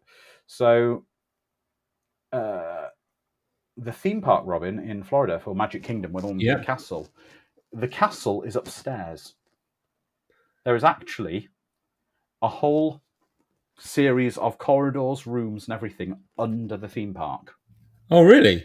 Yeah, it's upstairs. The castle, the main part of the theme park, the guests walk around, is upstairs, and underneath they call it the Utilidor system, and it was something that Walt Disney came up with as an idea because he didn't like it in Disneyland, whereby, say, you had someone dressed as a cowboy in one part of the park, but they had to go to like a sci-fi area of the park. Yeah. He didn't want that person in the cowboy outfit having to walk through the sci-fi area to get to the Western area. Oh, okay. So it's a really clever thing. So under Disney World, so there's a giant. When you go to Disney World, Magic Kingdom, there's a lake there, enormous lake. You have to take a ferry across. It's called Bay Lake. That's a man-made lake. They dug out the lake, and all the land, all the soil they took out from digging that lake, they put on the land to build the theme park on to raise the level of that, so they could build this massive underground corridor system with rooms. There's barbers there, there's restaurants, and very cool. People. It's huge. It's very like cruise ships. So they have the underground areas. Now this is this is a true fact that we're hearing. The lookouts had lost the binoculars.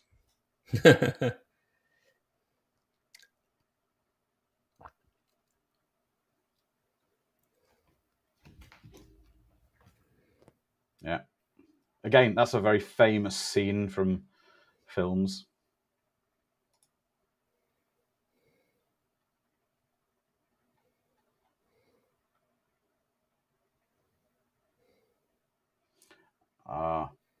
Brian, Westworld watch party? Maybe one day. Yeah, you know what? I want to do some 70s stuff. We will be doing 90s because we're really going to push the 90s.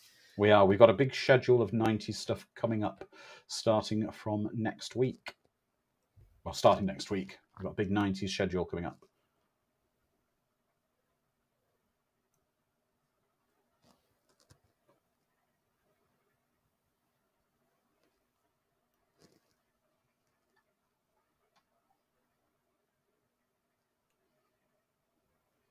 Oh, God. That must be literally the worst job you can imagine. Can you imagine your job was basically just to spend a week shoveling coal into a giant oven all day, every day?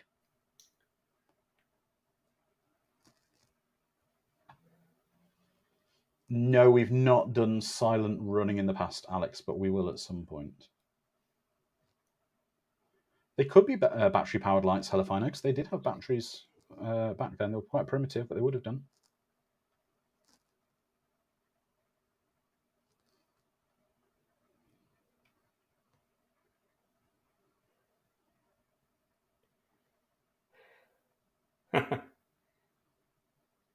But again, that's quite good and that's quite factual. So if you're seeing if you look, that car has basically got frost on the window because the temperature, because that level would be underwater where they are. Oh.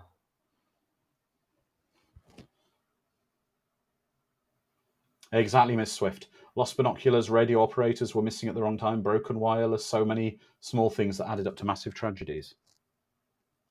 And that's very interesting, Miss Swift. I'm going to tell you something about the UK nuclear industry. I've, in my professional career, done work for some of the... Gary, I'd love to do a Waterworld watch party, but I've done some work for the British nuclear industry, and over here they have what's called a zero harm culture, whereby anything that is a broken little problem, anything like that, has to be dealt with immediately. There is no little incident as opposed to a large incident, because by taking care of the little, everything big is taken care of. An example would be when I worked in one of the offices, a member of staff. Here we go. And it's like a villain, isn't it?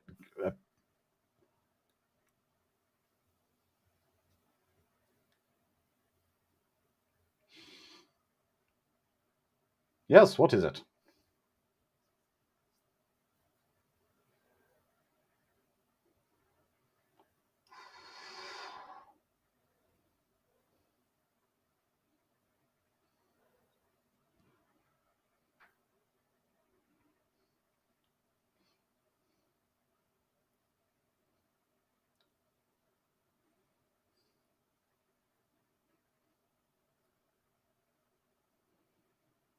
Oof.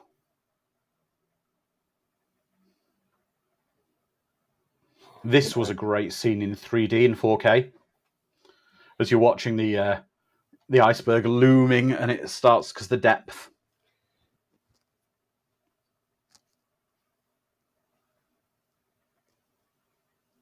James, they're great suggestions, thank you, and they're some I would certainly include.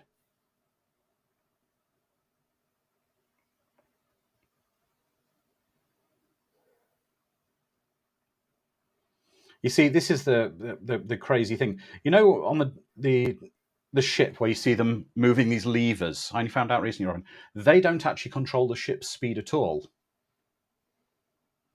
That thing the first officer was back and forth making the bells ring, all it does is make a lever appear corresponding downstairs for them, telling them what to do with the engines. Oh, okay. It's not like they're doing it and the ship's engines suddenly change like that at all. They're going to hit it. Oh, no. Yeah, you can feel the tension. Oh, you can.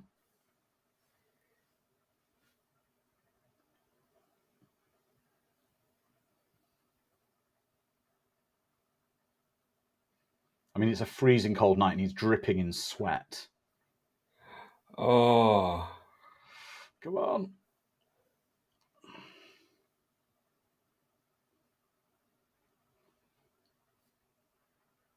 Exactly, Mr. Swift. Ships can't just stop or turn.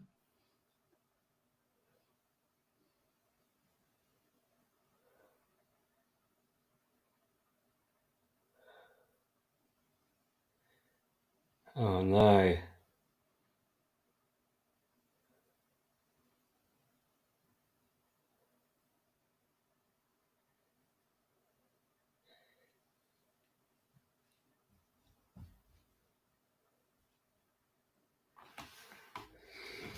There we go. See, they were underwater.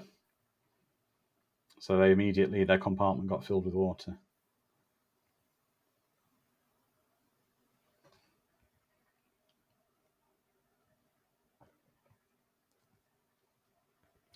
Oh, one of the worst things would have been here, actually, because of the basically because of the shock, the temperature shock. A lot of the engines would have exploded with the staff down there, and they would have been burnt by superheated steam as well. That's right, Sharon. In another documentary, another ship had turned off its communications because the Titanic radio operator was annoying them. It was the Carpathia, I believe, at the time, one of the rescue ships.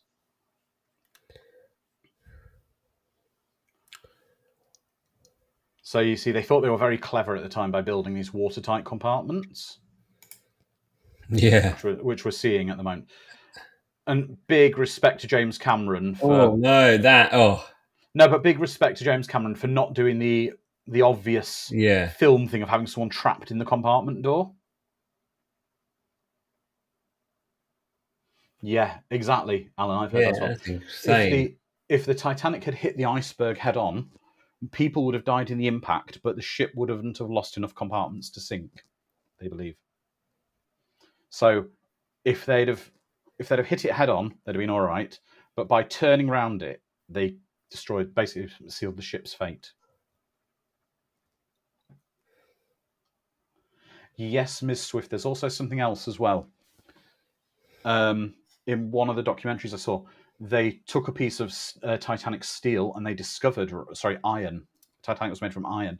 They discovered that the iron of the Titanic was not pure enough, that it had the impurities in it, meant that at sub-zero temperatures it became more fragile. Ah. Andrew, you're the best person I can ever think of to watch this movie. You've been absolutely fantastic. I know a lot of stuff about this. You've been absolutely fantastic through this.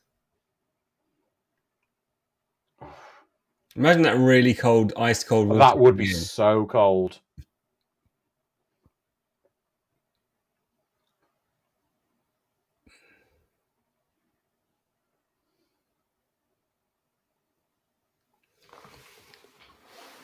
Yeah, it isn't. Be worried when the ship's architect is carrying a big stack of plans. You can already see the ship starting to list slightly.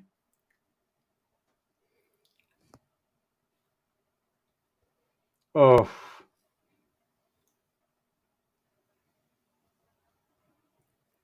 Yeah, hindsight is 2020, hell if I know.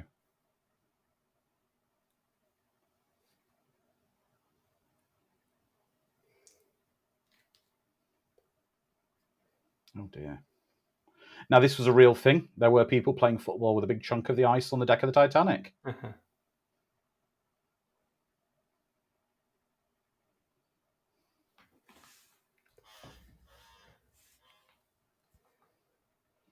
So now this is what we're seeing, the Jack and Rose kind of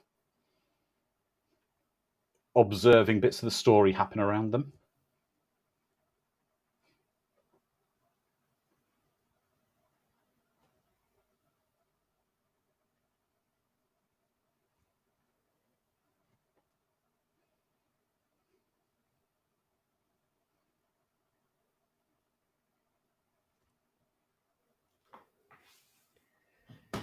Exactly, Alex.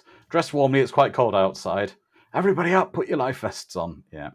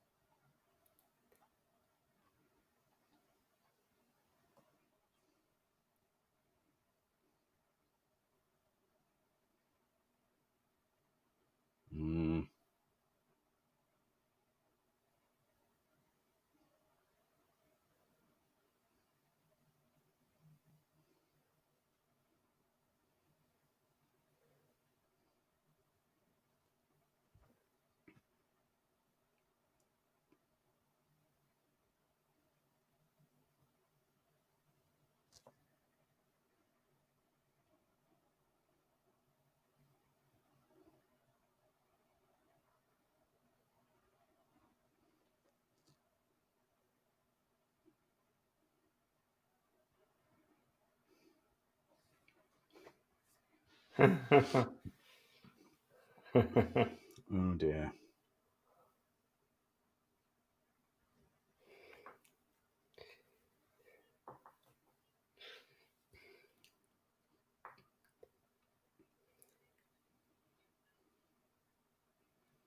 Here we go.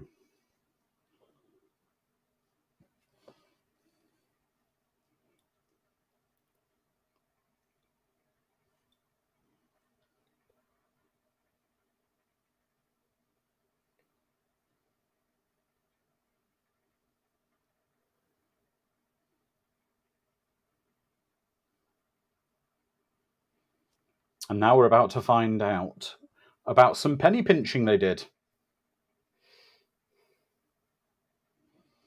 The watertight bulkheads were not completely sealed at the top to the floors. They could have gone all the way, but they saved money by not doing it. So basically, it was possible for the compartments to spill over. Wow.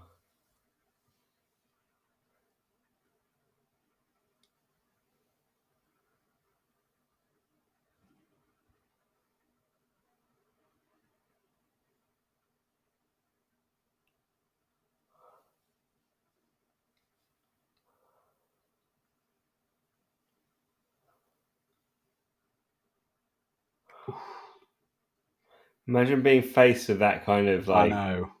You just want to pretend it wasn't happening. And they know as well they've not got enough lifeboats by half due to arrogance.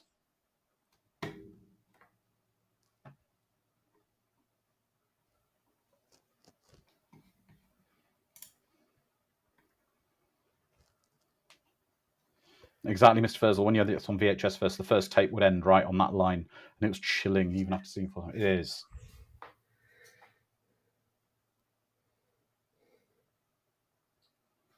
Oh, he's a bit slappy, isn't he? He likes. Oh, I don't like that. No.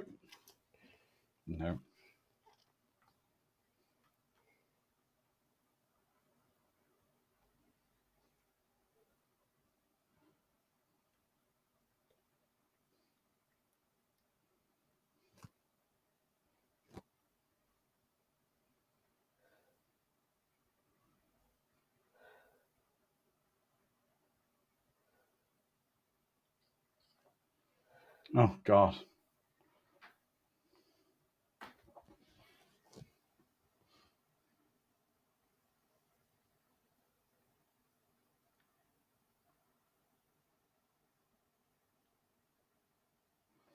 CQD being the old distress call before SOS. I believe Titanic, they used SOS. I'm not sure. Titanic was the first time they used the SOS as well.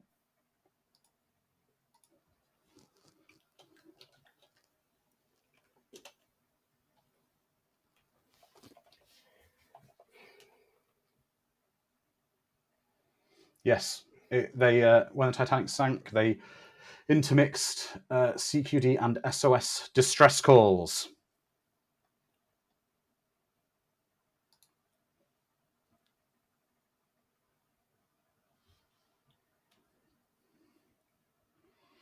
That's interesting, Alex.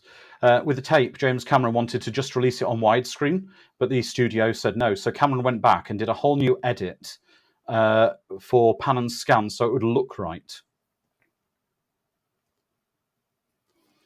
I mean, that level of perfection is why maybe certain James Cameron films do take longer to come out on home media, like The Abyss. I read somewhere that Aliens is coming out on 4K. I believe it will at some point. Miss Swift, weren't the lifeboats also too high and not at the right angles? I'm not sure. That does happen in the film. That's due to the ship listing. Gary says there won't be any films about the Titanic sister ship. It didn't sink. There were two sister ships to the Titanic. There was the Olympic and the Britannic. One of them was turned into a hospital ship during the First World War, and it was torpedoed in Greece, I believe.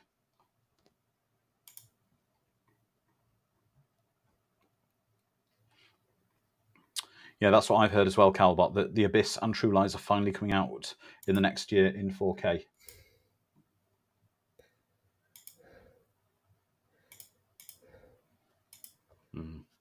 Apparently, though, when the iceberg did hit, Thomas Andrews did somewhat start to fall apart.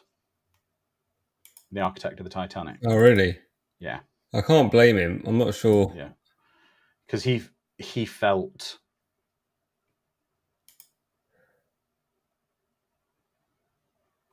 He really felt a lot of it was his own fault.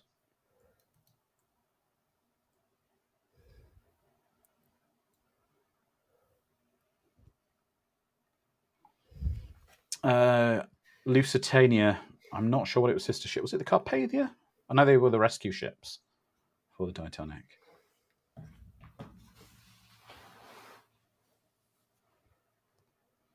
Ms. Swift is getting a box of tissues ready. Yeah, it's going to...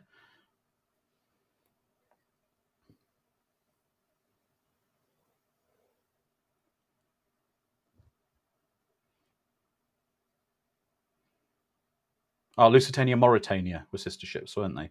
The Carpathia was the rescue ship.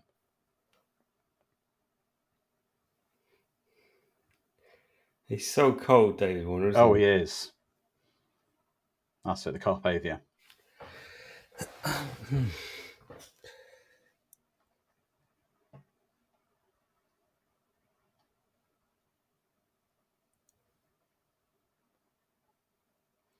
See, the problem is the Titanic's now absolutely immobile. It can't move because its engines are basically under... Their boiler rooms are underwater. That's why all the steam's pouring out. Yeah. And they're absolutely dead in the water.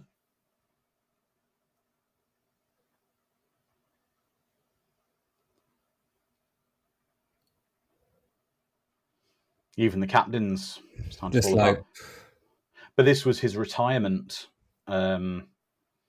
sort of, as captain for the White Star Line. This was his retirement journey. The idea being he was going to retire before this, but he was like a senior captain. They spoke to him and said, well, wouldn't you, as our senior captain, want to come back for one final, fastest and newest best ship? No, he regretted that. But his dog survived, which he left with his daughter, I believe.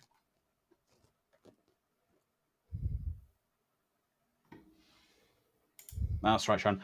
Titanic sister ships were considered were the Olympic and the Britannic. They were Olympic class built from 1908 to 1915, and the Carpathia was the rescue ship.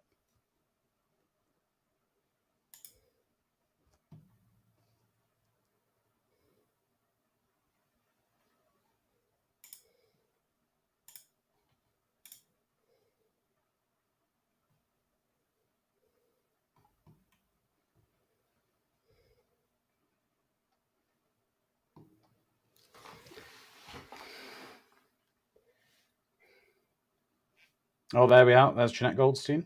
Now this scene. Oh, yeah, I love her in this.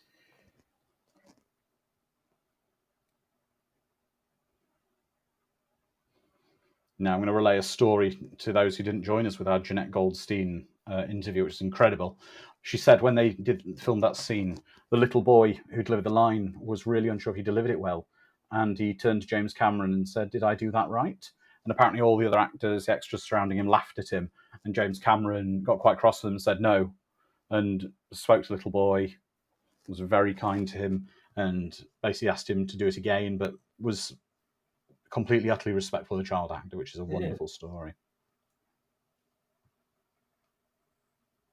Big flare going up. Well, more like those flares are more like fireworks, aren't they? At the time, really.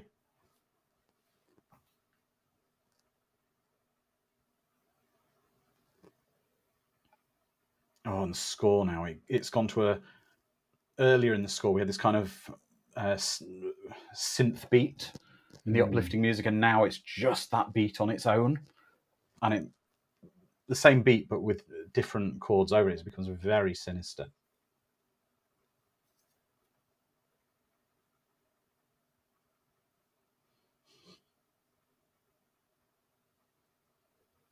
Yeah.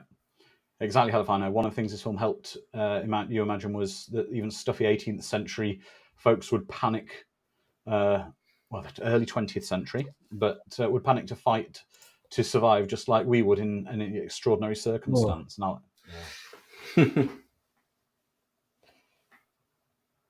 even though he was an older chap, you always thought David Warner was quite a tough-looking guy. Yeah.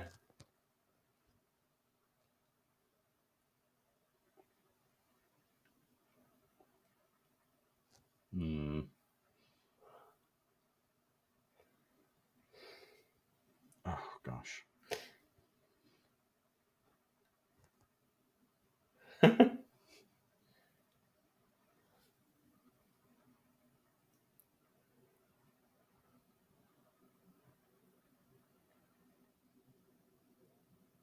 Oh, he's a scumbag, isn't he? Yeah. But brilliant performance. Absolutely brilliant performance.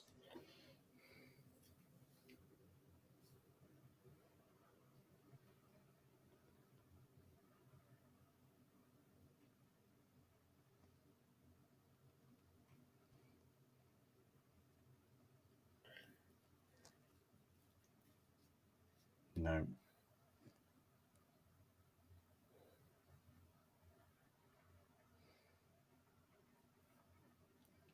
She needs to make the choice.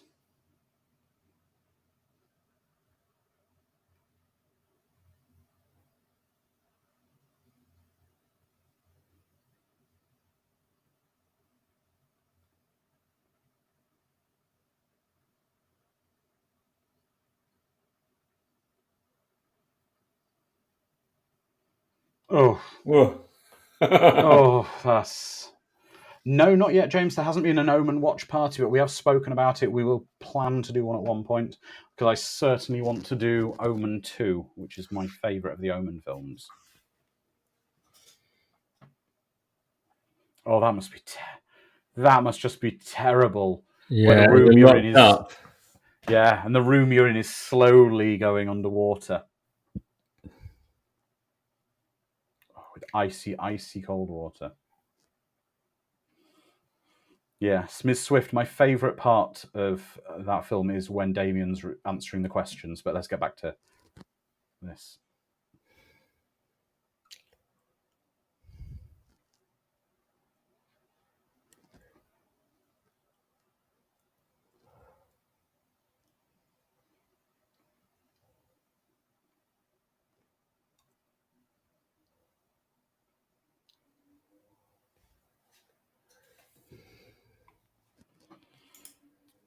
I'm going to say something about the White Star Line now that is absolutely appalling.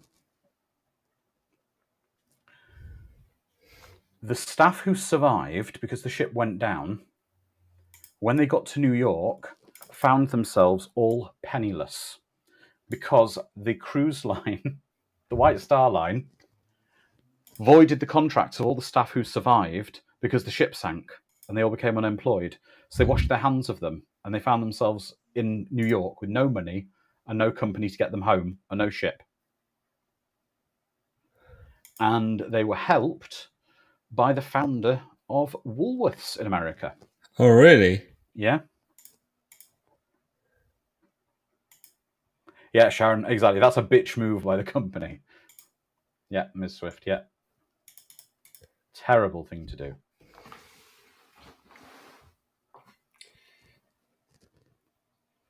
Oh, no. That's Amazon level of staff. Of staff care. Woolworths, the supermarket, yeah. Founder of Woolworths. I think G.W. Woolworth, his name was. He was a very charitable and good man.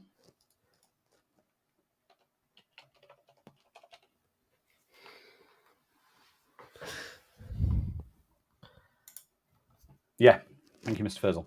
This is why Titanic's so important. Historically, it changed the rules for how employees and ships were organised.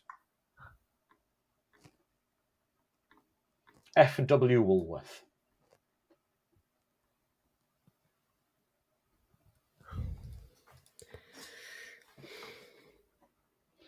So this is another interesting thing about when they filmed this film. All the water they were in was cold. It maybe wasn't ice cold, but it wasn't warm. It wasn't heated at all to make it comfortable for the staff, for the cast, because James Cameron said that if they used water that was even slightly warmed, it would have looked like a sauna in there, and they would have ended up with all sort of on the set. They would have ended up with all sorts of steam on the walls and everything.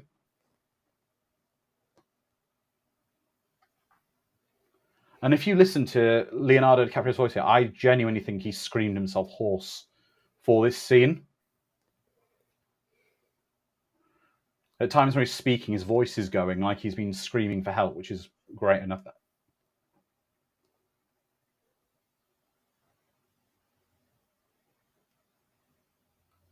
Yeah, Brian, I do hope the founder of Woolworths didn't just give all the Titanic survivors a bag of pick and mix. Yeah. I had pick and mix on Friday at the cinema. Did you? Yeah. It's awful stuff. Oh, it is. It's stale candy, isn't it? Nothing's as good as the old-fashioned Woolworths pick and mix we had in the UK in the 80s and 90s, though. That was proper.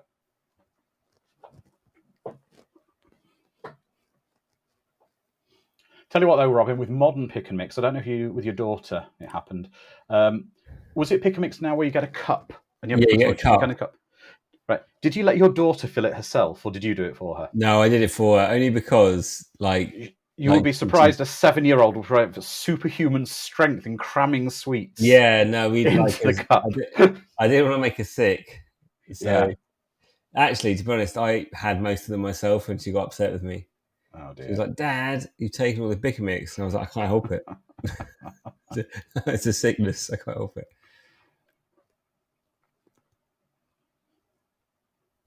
I hope Robin is taking notes here of how to treat Andrew and Dom. I do. I do. I crack the whip, especially with Dom. Brandman says the Brazil nuts in the chocolate with the heaviest he remembers. I've become one of them people now. I've become one of them people now. I take my own stuff into the cinema. Yeah. Only because there's a full branch of Sainsbury's literally next door to my Odeon. My Odeon in Tunbridge Wells is actually really sorry for itself. Is it? The whole park, right? All the restaurants are boarded up. Mm-hmm. The cinema is in, not great nick. I always get the premium seats and they're not comfortable. Well, my cinema was very much like that, my local Odeon. It was terrible. One of the screens smelt like the toilet next to it when you walked in. Oh. And the seats they had bin bags on some of the seats. They were threadbare. It was terrible. Last year, they turned my Odeon into an Odeon Luxe. Oh, so lovely. Every screen got refurbished. Yeah. And every seat in the cinema is an electric recliner now. Oh, that's amazing. I love that. So We're I pay a million miles away from that. So I pay £16 a month, but I get to see as many films as I like in. My mum has that. If you go and see movies all the time, to break even though, the thing is, it's £15 for a ticket. Yeah, so it's one film basically. Yeah, a month. And have it's you seen Oppenheimer yet? Minutes. Not yet. I wanted to see it, but I heard it's a slog. Yeah, no. So I'm going to it at the end of September. I just love all the cinematography here. It's beautiful. Oh, it is. The lighting is incredible. Oh, but Brian, go see it. Go see. If you get a chance to see any classics at the cinema, like the original Top Gun, go and see them. I saw Top Gun at the cinema. I love going to see a classic film at the cinema. Yeah. That's why I just saw Jurassic Park was on. I was like, right. Yeah. Exactly. Alan says, I remember seeing a behind the scenes on this, and Kate Winslet, the cold water was so cold on set and she gasped in this scene. Yeah, and that's how cold it was. I'm going to point out in a couple of minutes an interesting bit of CGI that's advanced for the time.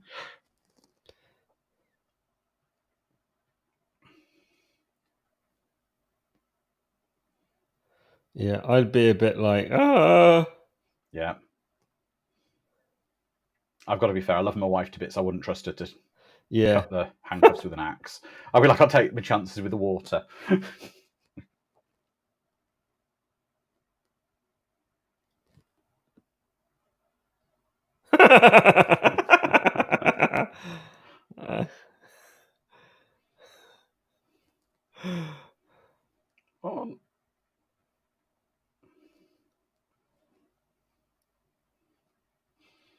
Can we also her lips are getting blue? Look at that. Yeah. Can we also praise the team who will have been in charge of continuity with this film? Because of all these scenes, even just now with Kate Winslet, they're keeping how wet she is pretty much consistent from scene to scene. And same with Jack. They're keeping, really good track of things. Right, so we're about to see a scene where they're effectively running away from sort of a small tidal wave. The actors themselves did not do that. And it's a very early example of them taking a face and mapping it onto someone else. No, really? Yep, it's an early example of it. We'll see in a minute. That must have been an insane thing to see. Yeah.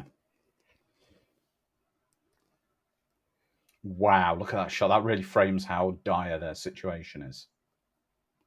I mean, the ship was in the desert when they were filming this, but it literally looks they may as well be in the desert.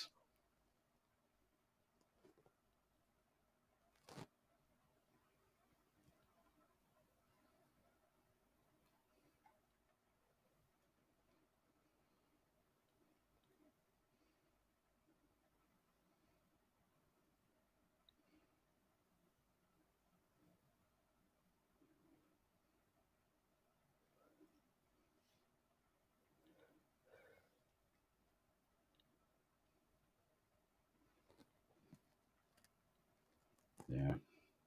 Exactly, Jedi Wizard. The silence really cuts deep in that shot.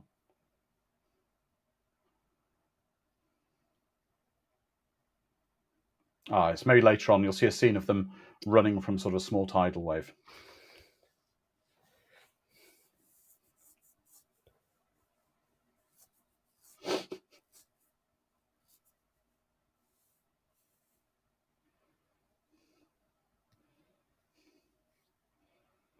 It's amazing, though, and this is so true to life. How many people would be like, "Excuse me, can you just hang on a second? Just hold the bus." It's yeah.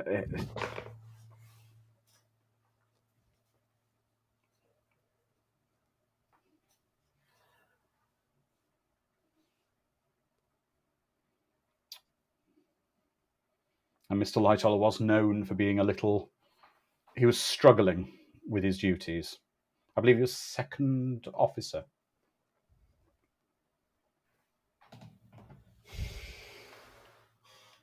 So he's third in command.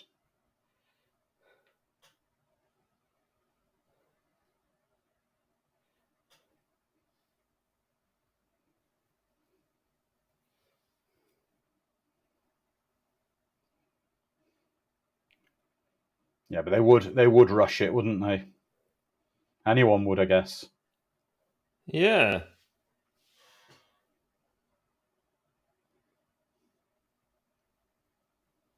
Yeah, exactly, Miss Swift. It may only be partially true. Steerage were locked in.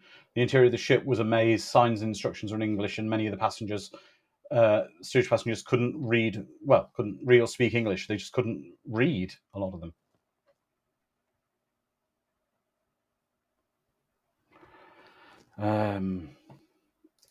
I would imagine Sharon was saying, did Cameron take liberties?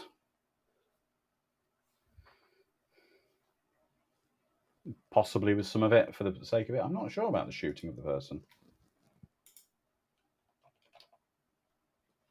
We're seeing he's as scummy as anyone.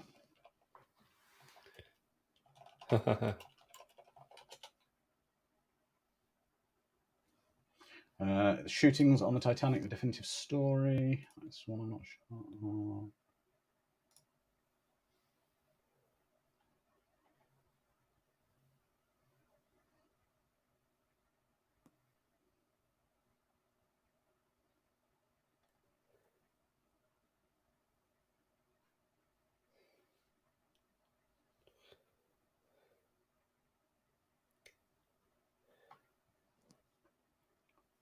Yeah, apparently there were some people shot. Wow, really? Yeah. Brian, what is the business postal address for Creator VC? Have some Aliens comics I'd like to send. We don't actually have a business address, but it's much better to scan them because we don't have. Unfortunately, we're not really covering the comics in the film. So there's a very lovely offer, but we don't have any permanent archives either, unfortunately. We don't have the facility for that, unfortunately. But Brian, that's a really lovely thought. Thank you. Thank you for the offer. Well, Sharon, I just did a quick search. There's an article about lots of stories, but I imagine lots of things from the sinking of the Titanic at that night might have been a jumble in part, for obvious reasons. By the way, I've just looked at the Aliens Expanded Discord, and people are sharing screen grabs and stuff and images of Geiger. So, Brian, definitely, if you're not in the Discord, we'll give you a link, and you should share it there. The people in that community would love to see it. me just get the invite.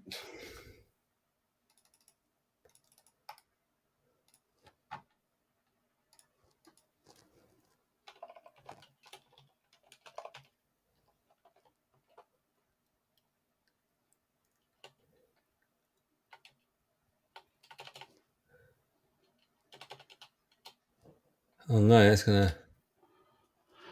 Well, this was the kind of stuff that actually apparently did happen because the ship was at a funny angle. Ah. And there were people on lower decks trying to leap on the lifeboats. Oh wow.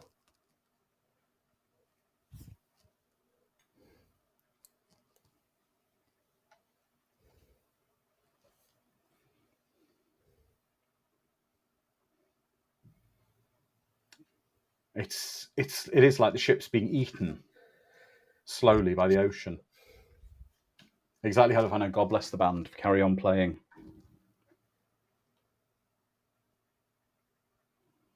Yeah, exactly, Sharon.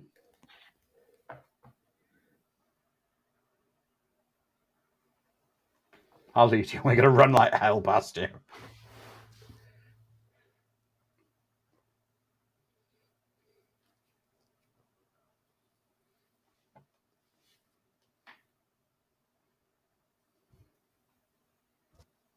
That's right, Mr. Furzel, we are.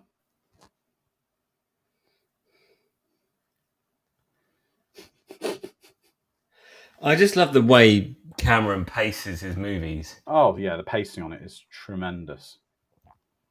This film is just a masterpiece in everything about it is A-game, score, visuals, acting, direction, everything, lighting, cinematography is just perfect.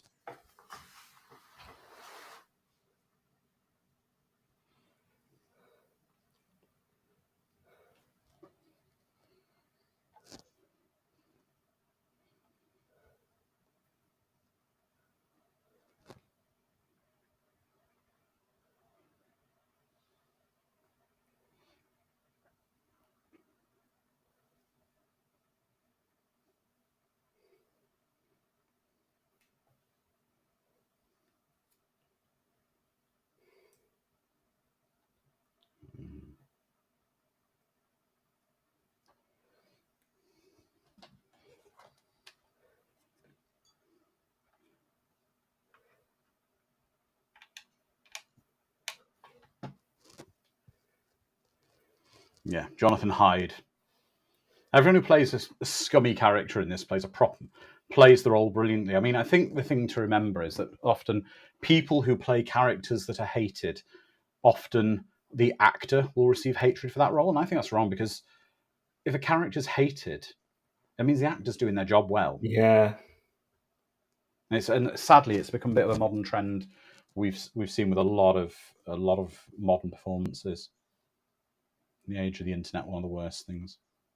And there we go. And the chairman helps himself to a seat on one of the last boats.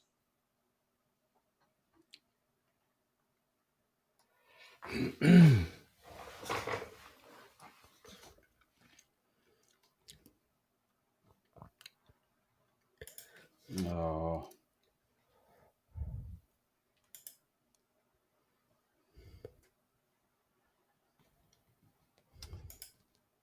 Oh, that's awful. How does that scene make you feel, Robin? Like very sad. Yeah. Everything about this is just like it's the worst side of people, isn't it? Oh, definitely. Definitely. I mean, you've got two girls as well, where he's saying there's another boat for the daddies and kids and mummies go on this boat.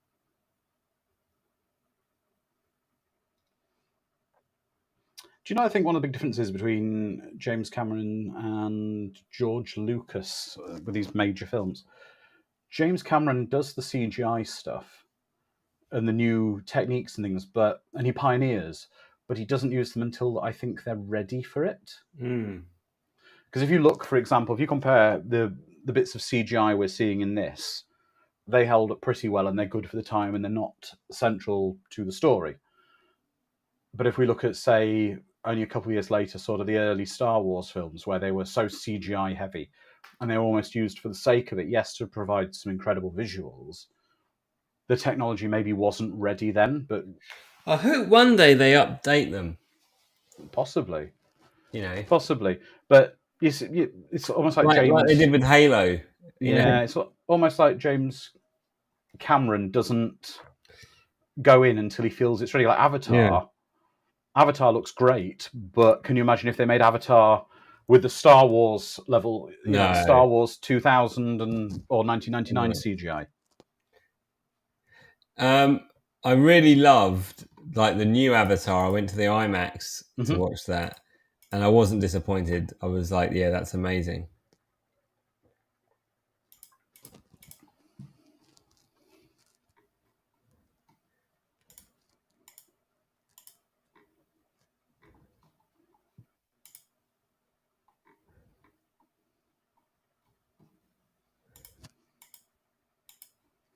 Exactly, Sharon. The rule of thumb: special effects, CGI won't make your movie great if the plot, dialogue, acting, writing aren't great as well. Exactly. I like to think of CGI as salt in a recipe. Done right, it can elevate, but too much in it just ruins it.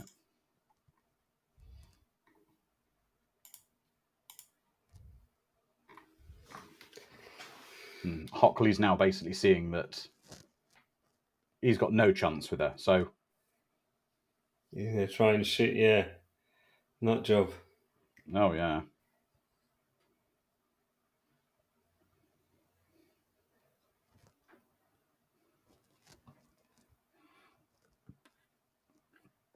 I hope so one day, Fraglord, that Cameron will make anything... Saying, wonder if Cameron will make anything besides Avatar again. Yeah, hopefully he will one day. I don't think he will. He's getting a bit too old. I don't... Well, we'll see. Unfortunately, the next Avatar was delayed by a year, wasn't it? So... And of course, Kate Winslet's in Avatar, in the Avatar 2. Yeah.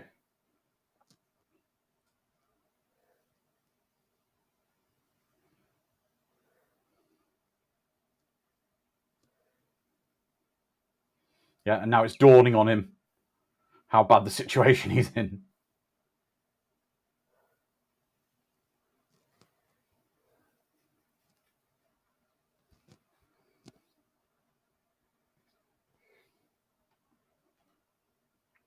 Again, if you get the opportunity to see this in an Atmos sound mix, this is incredible, this bit. Because it's the ship itself, as it's creaking and groaning, as it's sinking, it becomes a character of its own in the film. It's really ominous to hear.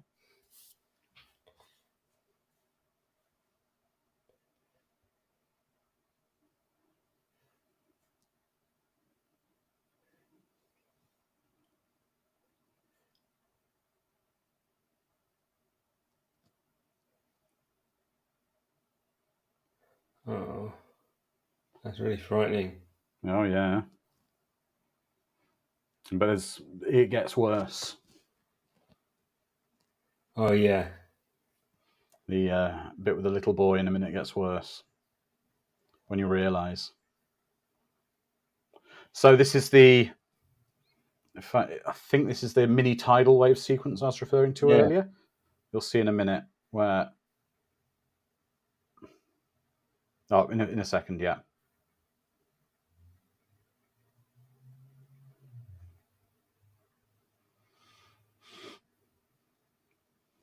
So he's actually he's running towards danger. Yeah.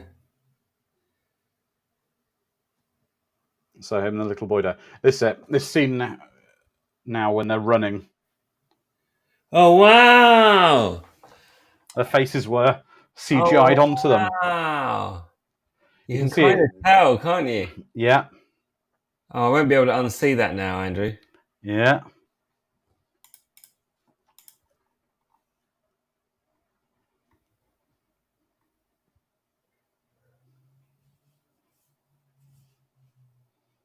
Yeah, Ms. Swift's noticed it as well.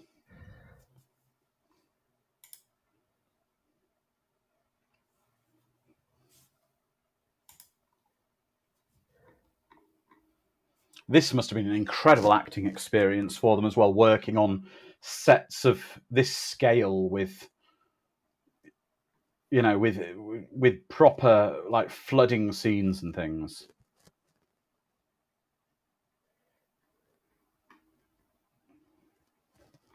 It's quite interesting though, because Kate Winslet always seems to work on water-based films with James Cameron at the moment.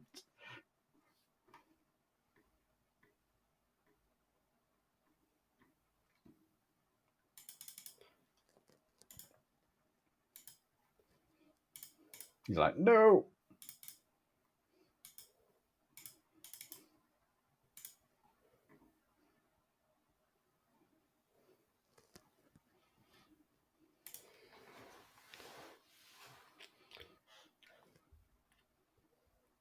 This is the problem: as the ship sinks further, it sinks faster.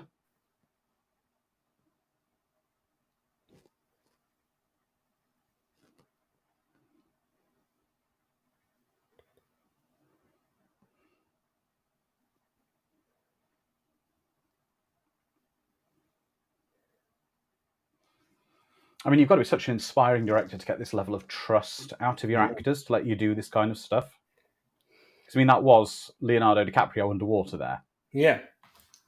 Doing that.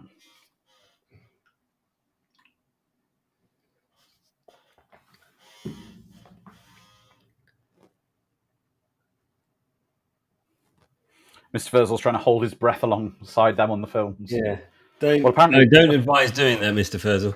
No. Apparently, though, Kate Winslet held the record for holding her breath underwater on the set of Avatar 2.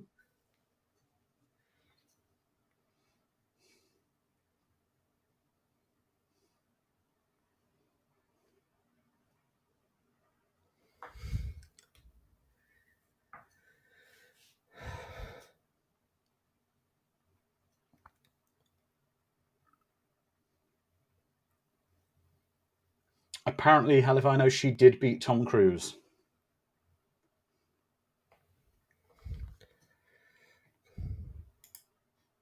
This was a real thing that happened as well, where they basically, it's a collapsible lifeboat that they had further up that they had to try to basically launch that way.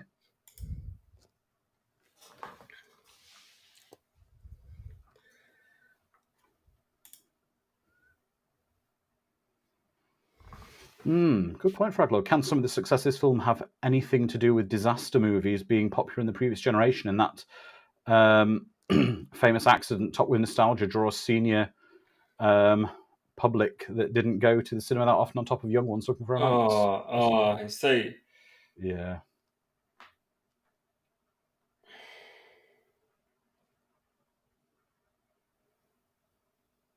But look, people desperately trying to get out of the water, just one deck below them.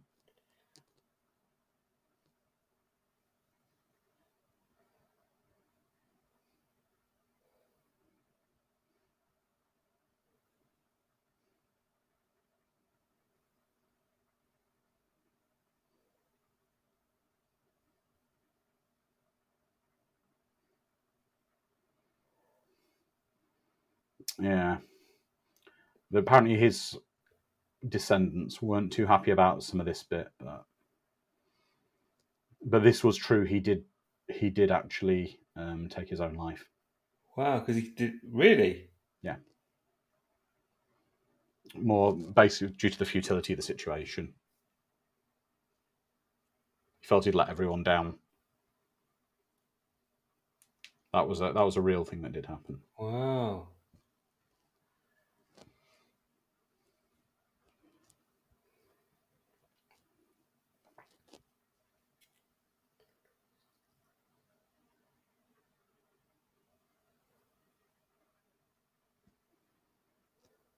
And this is the worst bit. He's not saving her. He's not saving her because it's saving a child. He's saving her.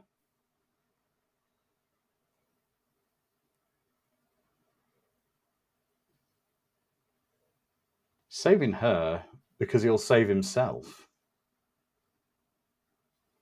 I mean, he's an absolute scumbag.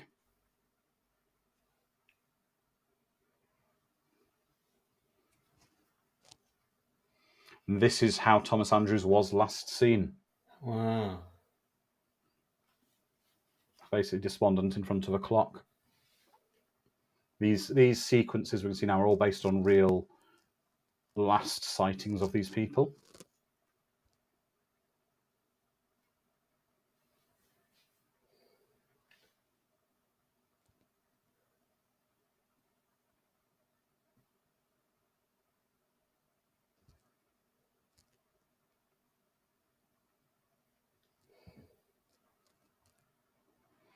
It's interesting. It is literally like we're now saying goodbye to the various characters, historical characters we've met along the way. And this is what happened with Benjamin Guggenheim. He was the billionaire, and he was seen basically with his in his finery to go down like that, drinking a brandy. That's how he decided to go. He accepted his death. Really? Yeah, this is all Amazing. 100%. Was he Guggenheim of the Guggenheim Museum? Yes. Wow. Guggenheim family, yeah, Benjamin Guggenheim. So he quickly goes to Wikipedia. Yeah, so everyone's heard of the Guggenheim Museum.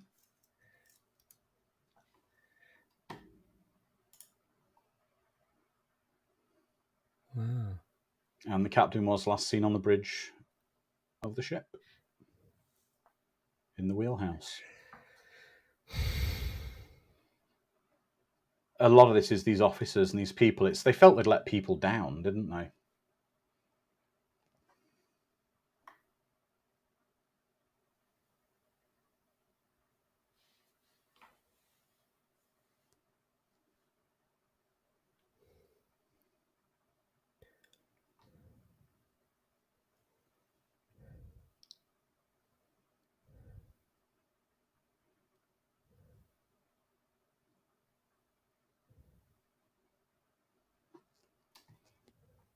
I suppose the question this film makes you ask is a question for all of us. When you're faced with the inevitability of your own death, what do you do? And it's not a question any of us can answer. But this is what we're seeing with these. So yeah, the captain was last seen on the bridge of the Titanic, in the wheelhouse of the Titanic.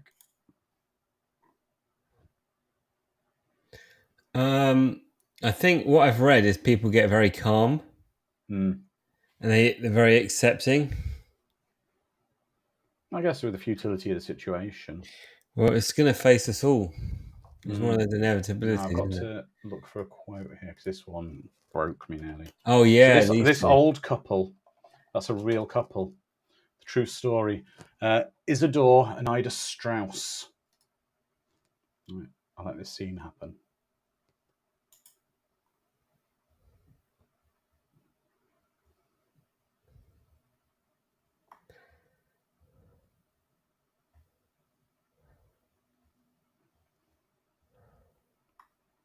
So he was Isidore Strauss with his beloved wife, and he was one of the co-owners of Macy's, so incredibly wealthy. He and his wife felt that they had lived a good life and wanted to give a chance to the younger, so chose to accept their death by doing that. And that's a real thing that happened. I mean, it's incredible stories, but again, it's the research that James Cameron did of all these stories to weave them into the film.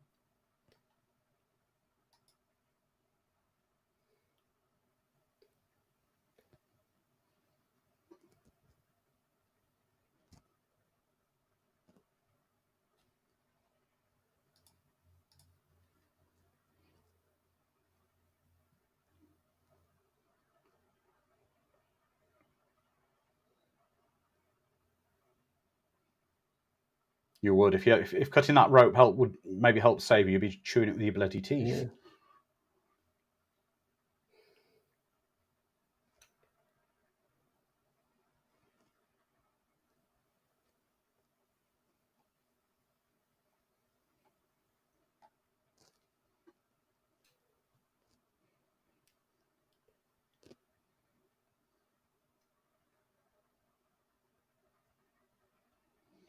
There's a bit of a. Is it history repeating itself, Robin? That in 1912, so many billionaires at the time, the wealthiest people, went down with the Titanic, and then this year it was billionaires and the wealthiest people who went down at the Titanic site. Yeah, it was. It's that is irony.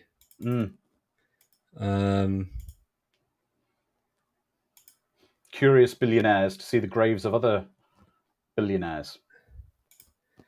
I mean, ultimately joined them. Yeah, I really felt sorry. There was a son there. I think it was like 18 or something. Yeah. Like, I mean, the only sort of saving grace is that it would have been like completely instant. Oh yeah, it was So, apparently the sub would have been crushed and effectively destroyed quicker than the human brain can register pain. yeah, it just all happened. Yeah, but this is again an incredible bit of direction. This many people.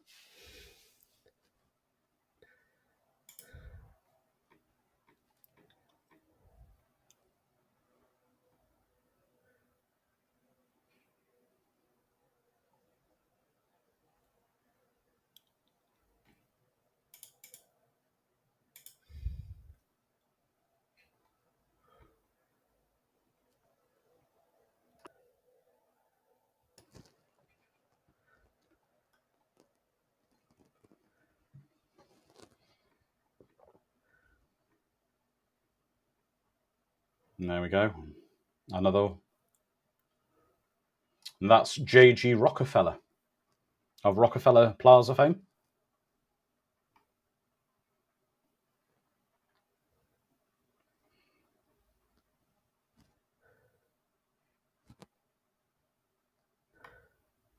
Oh. There's a noise. There was a noise a second ago of basically people getting pulled into the portholes on the ship, and it's the noise is a kind of a slurping noise, and it sounds like the ship's devouring them. Well, is that true? They got sucked in Some people would get sucked in, yeah, by the water. because of the pressure. Yeah, because effectively you'd be carried by the water going into the empty space inside the ship, and this happened. All this stuff really happened with the funnel collapsing on the Titanic.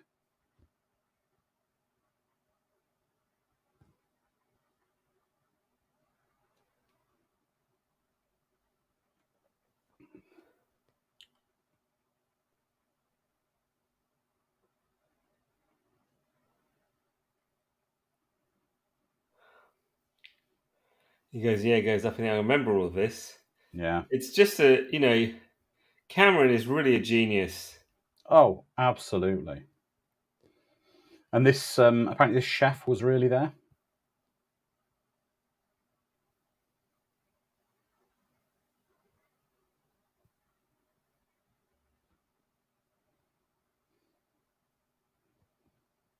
And the direction of sequences like this.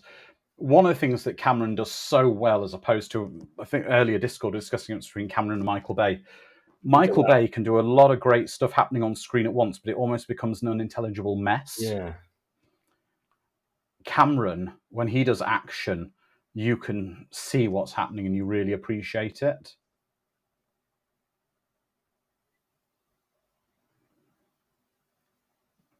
And I remember seeing how they did some of this as well. They worked out with some of the bodies falling. They did a computer simulation to work out with all the various people sliding down the deck and falling. It's insane. Exactly. Ms. Swift, the James Cameron simulation solved what happened to the funnel collapse. Yeah, Bay would have made the ship explode at the end. And the film would have ended with a loud rap rocks rock rap song of some kind, like Linkin Park or something. Don't get me wrong, there's nothing wrong with Linkin Park, but it's not for Titanic. But Michael Bay would have had something like that at the end of it.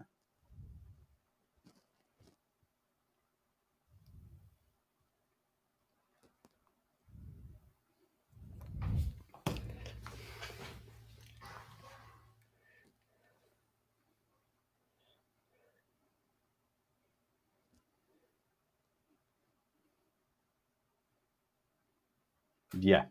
Bay's good at constant action sequences that don't give you time to breathe, but Cameron gives us the human side of tragedy, which makes it better.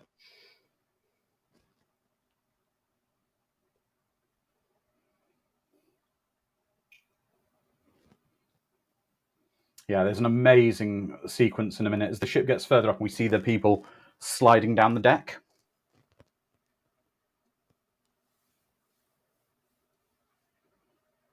I don't know if that would have worked, Gary, if James Cameron cast Arnie as Jack. I can't imagine that. No, I can't imagine that.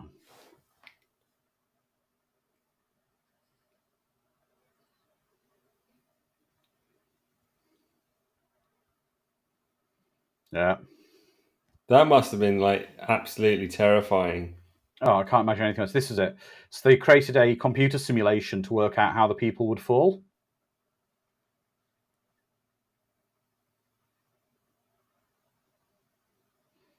A lot of it was there was a set on hydraulics, they could lift it. Oh, wow. Yeah, exactly. Can you imagine? Helifino says, "Can you imagine being on a ship doing that in the middle of a dark ocean at night?" You just fall into the ocean. Yeah. I don't know. I think the worst bits are. Oh God! I mean, he would have been dead from the impact falling in the water. Oh, it's the guy who hits the propeller when he falls. Yeah. Yeah, Alan, watch people bounce off the cushioned capstans.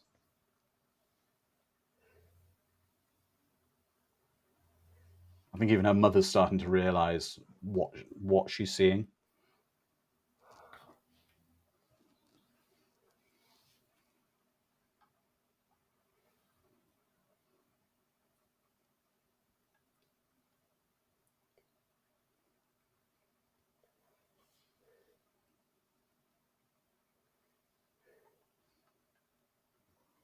Yeah, no, trying to keep the power going. Now the ship, that must be the worst bit. It's all gone dark. Yeah. I mean, you've just got moonlight. There's nothing else.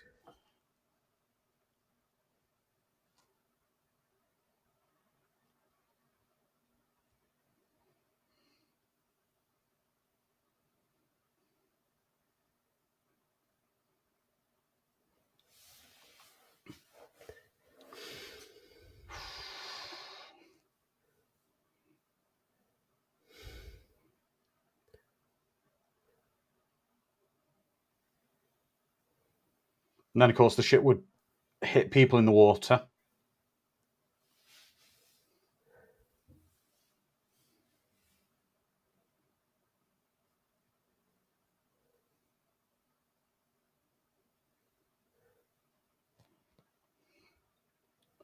Wow.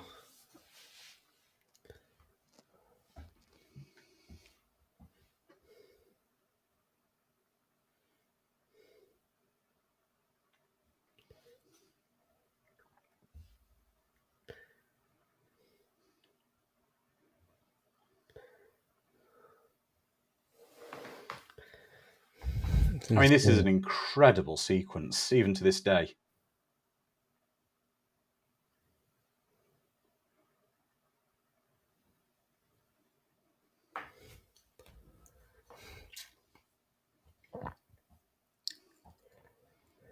Wow.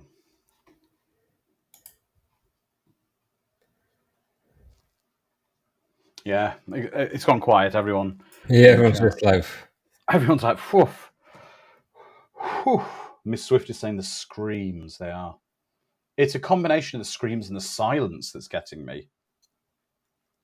Just how eerily silent everything is. Oh.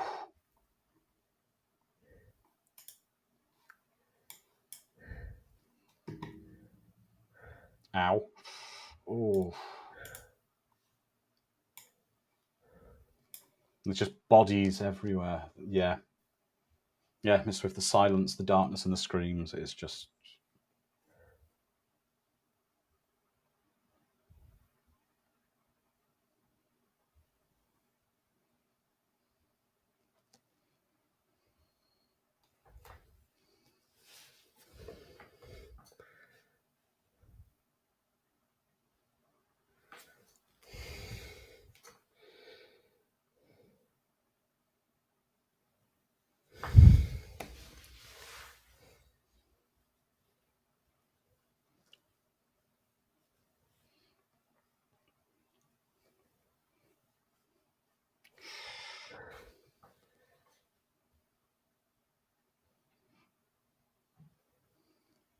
It's just the scale of things as well. And you've seen the Titanic just being eaten by the ocean.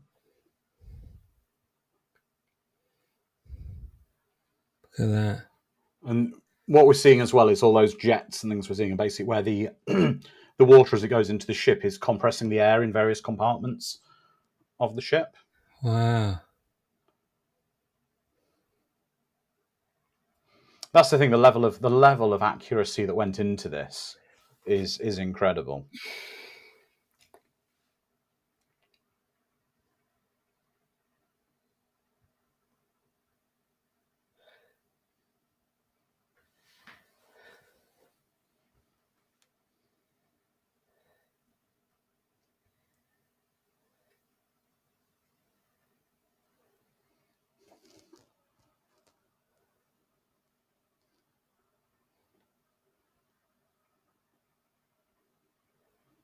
Yeah, so you got to swim away from the suction because it'll pull you down with it.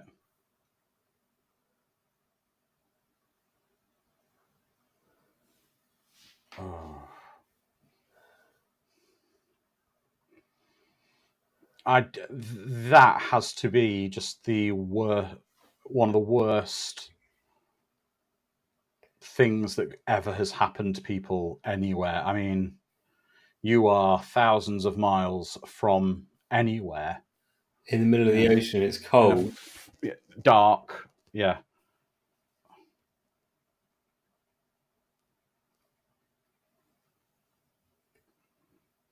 That's the scary thing to think is this really happened.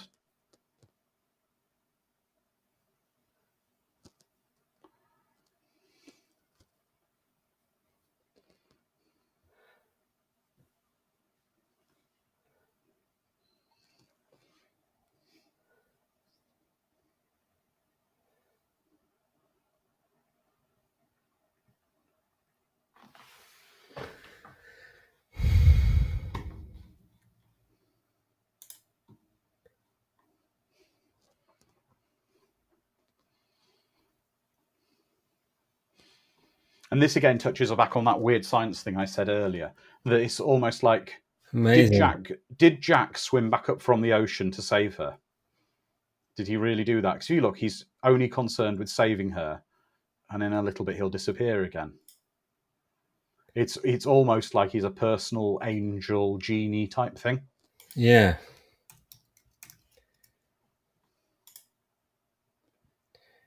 Amazing. And they did prove, unfortunately, that yes, they could have both got on the bit of wood.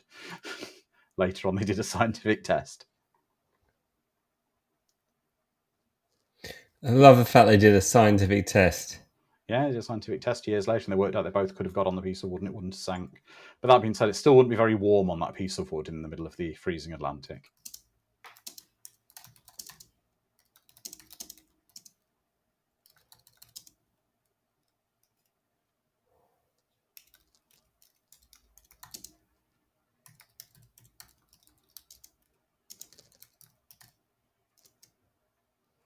Yeah, they could have alternated as well, Ms. Swift.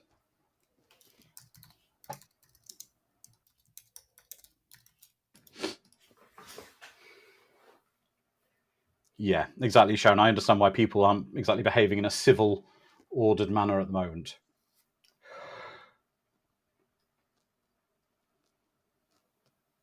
And they're all screaming for help. And this was a real thing, where the lifeboats didn't come back for the most part.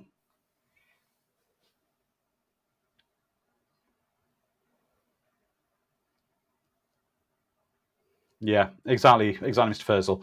Molly Brown was not portrayed like that in real life. She's not being portrayed quite accurately. She was forcing them to paddle back. So that's what they called the unsinkable Molly Brown. Yeah, she didn't just sit down.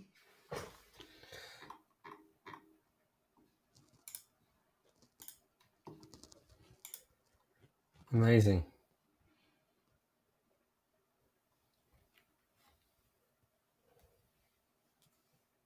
But we've seen that crewman there is very, very self-preservation.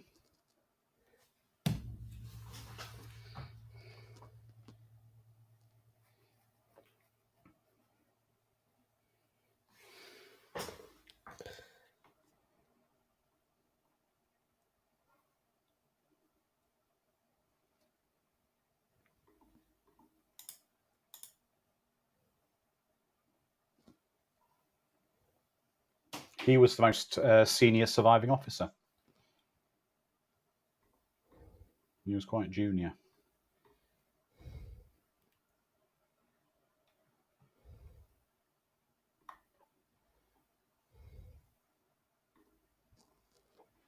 Yeah, Alex, it's Ioan Griffith, isn't it? Mr. Fantastic.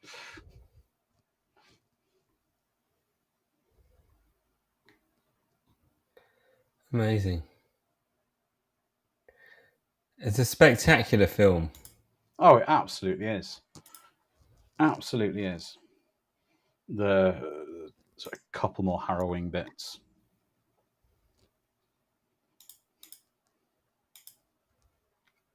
That's right, Miss Swift. It is. It's Ioan.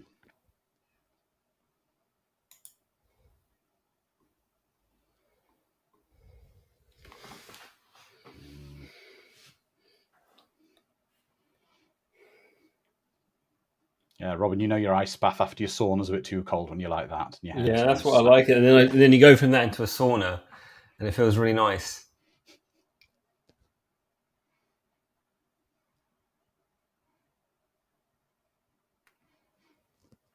Yeah, I think he sacrificed himself. Jedi Wizard. Sacrificed himself for there, whether the science supports whether they go both in or not. He was concerned for her and nothing else. Lizard Man says, "Dear White Star Line, your ship sank. I nearly froze to death. Lost all my belongings, and the room service was subpar at best. 1 star."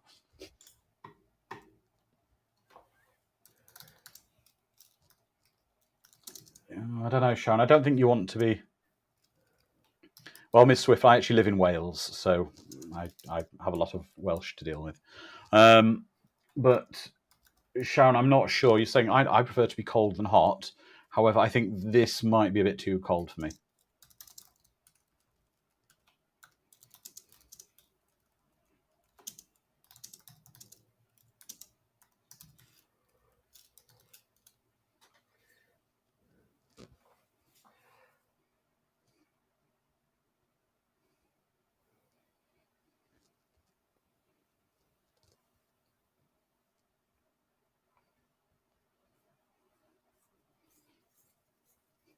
Yeah, he says never let go, and in a minute she lets go of his hand.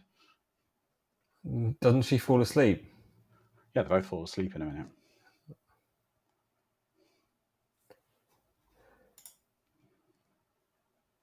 I mean, it must be the worst. I mean, she's cold, but he must be just.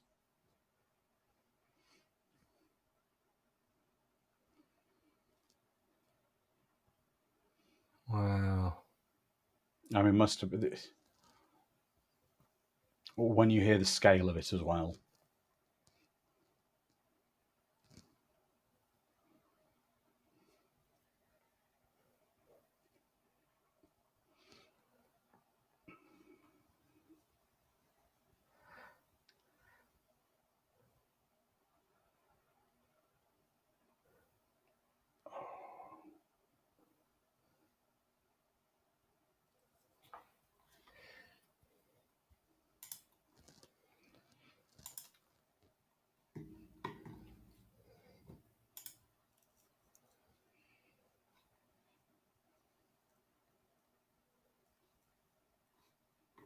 I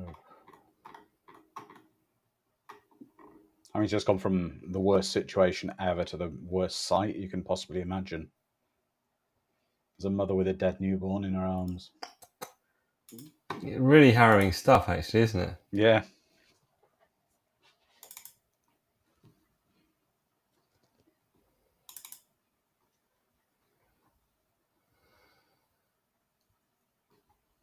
Yeah, they did show them. They did claim the bodies afterwards.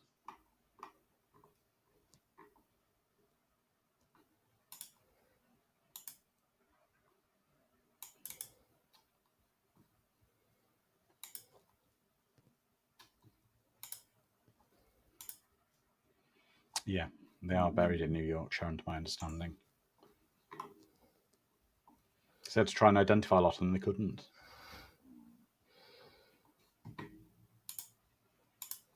Yeah. They didn't have digital record. Of course, not like now. If they have digital records of people.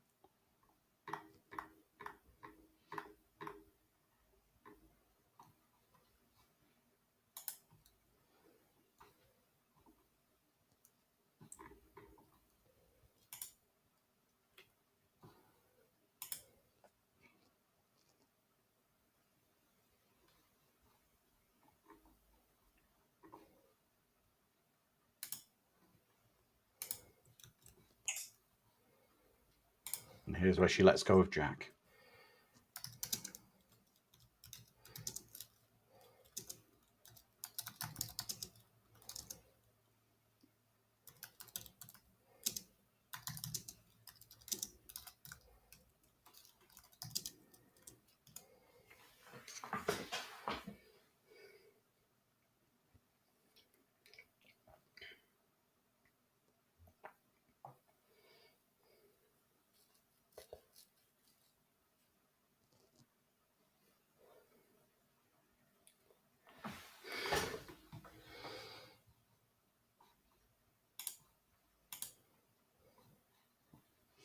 Exactly, Cowboy. He's a corpsicle at the moment.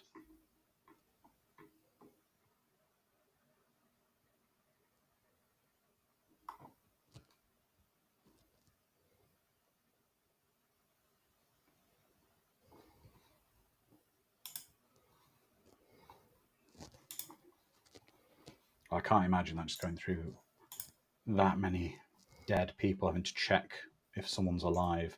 I mean, is as well how just soul destroying that would be if just dead person after dead person. I think the way Cameron's tackled this is really tasteful. Yeah. Well, that's the thing. He's always been very, very respectful and tasteful of the victims of the disaster. Yeah. Which is the right thing to do. But he could have gone in such a direction with it, but he's done the right thing and not. Oh yeah, Gary, a lot of survivor guilt, I'm sure.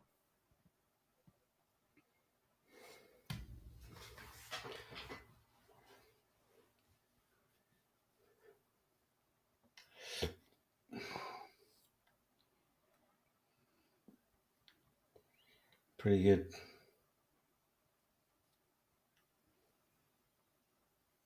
That is such a great shot as he just.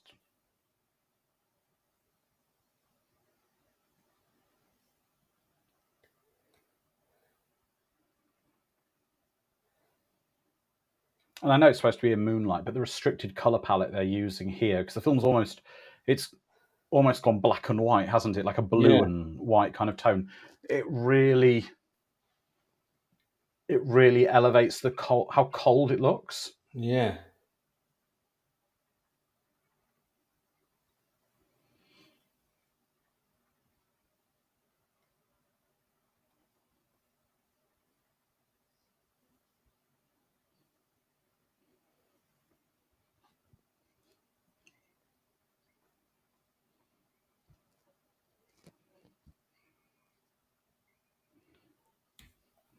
Oh, Cowboy, that's harsh.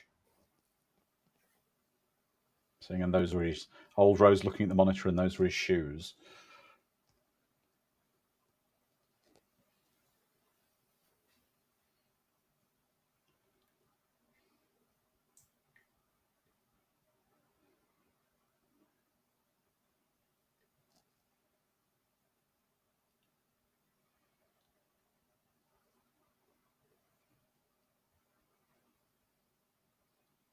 Yeah, in reality, there were 5 saved from the water because James didn't want to alter the number of survivors saved.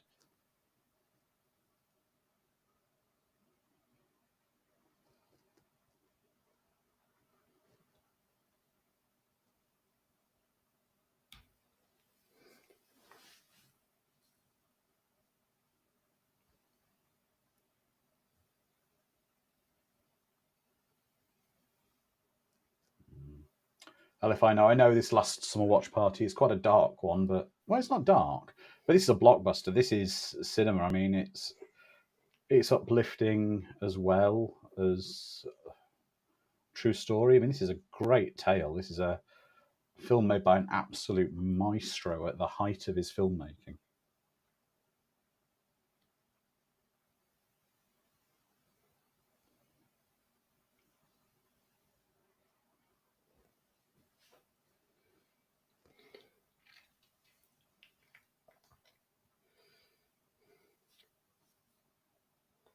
You can see how many icebergs there were around in the field.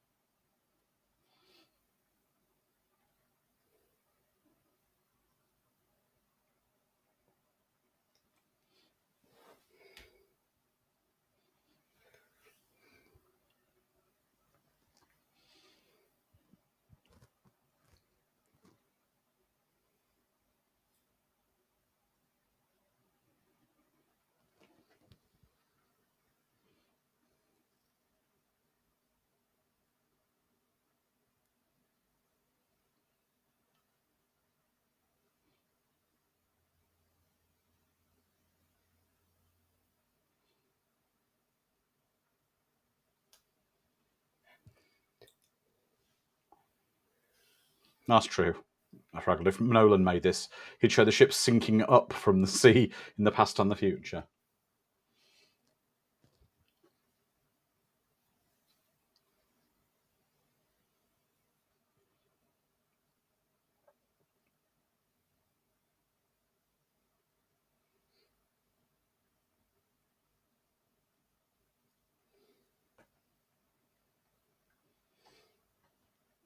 Strange enough, I had those exact same glasses in the 90s.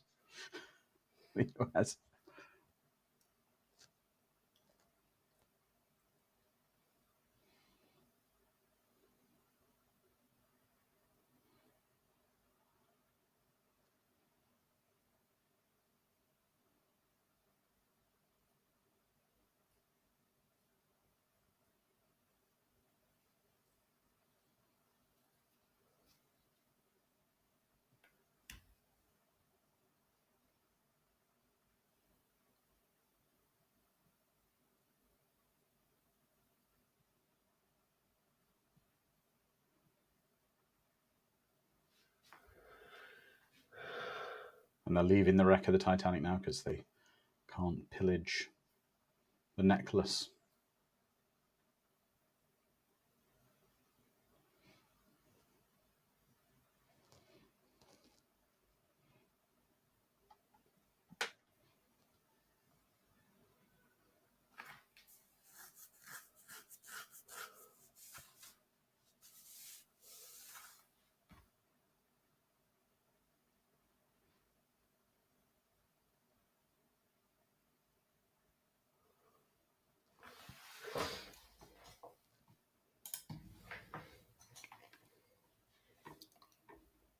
Oh, Bill Paxton was such a great actor, wasn't he? Yeah, full of compassion. Oh, definitely.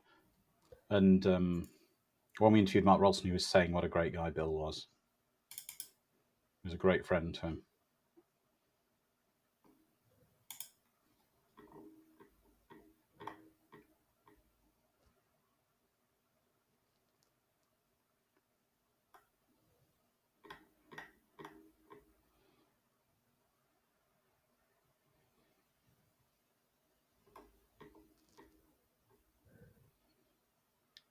Now, I'm going to say, as we come towards the very, very end of the film, there's one thing here that I do think's a bit interesting. So we'll get to it in a minute.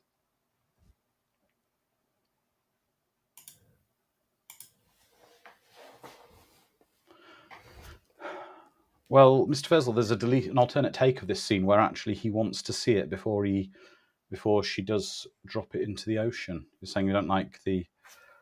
Basically, she's had this diamond that's the most expensive diamonds in the world all the time in her possession, and she thinks it's a terrible, terrible thing. I think she just doesn't want.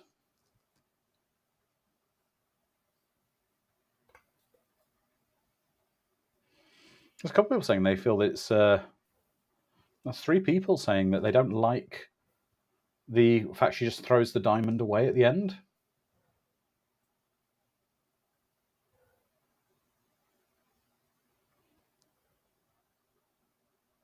You see Jack's hand reach up and grab it.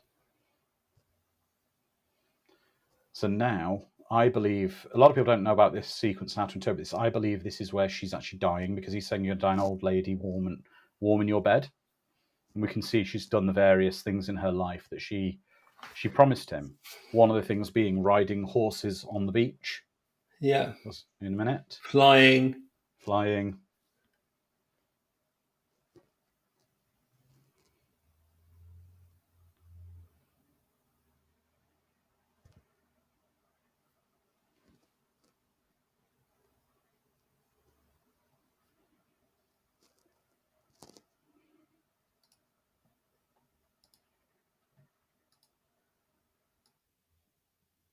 That's a beautiful way to end the movie.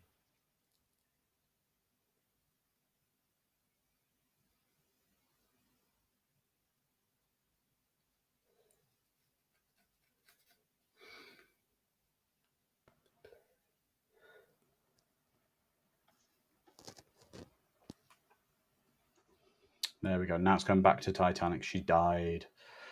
And now, this is something that's quite haunting in a way. I said, remember every face you saw in the film earlier? Well, every person now she's reunited with on the Titanic is someone who died in the film. Oh, wow. So if you look, these are all characters we saw who died. So even Cora, the little girl, died. Yeah.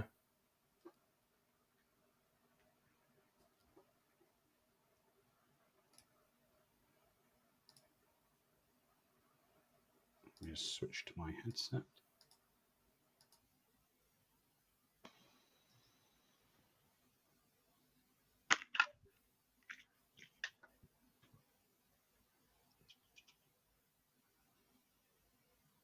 There we go.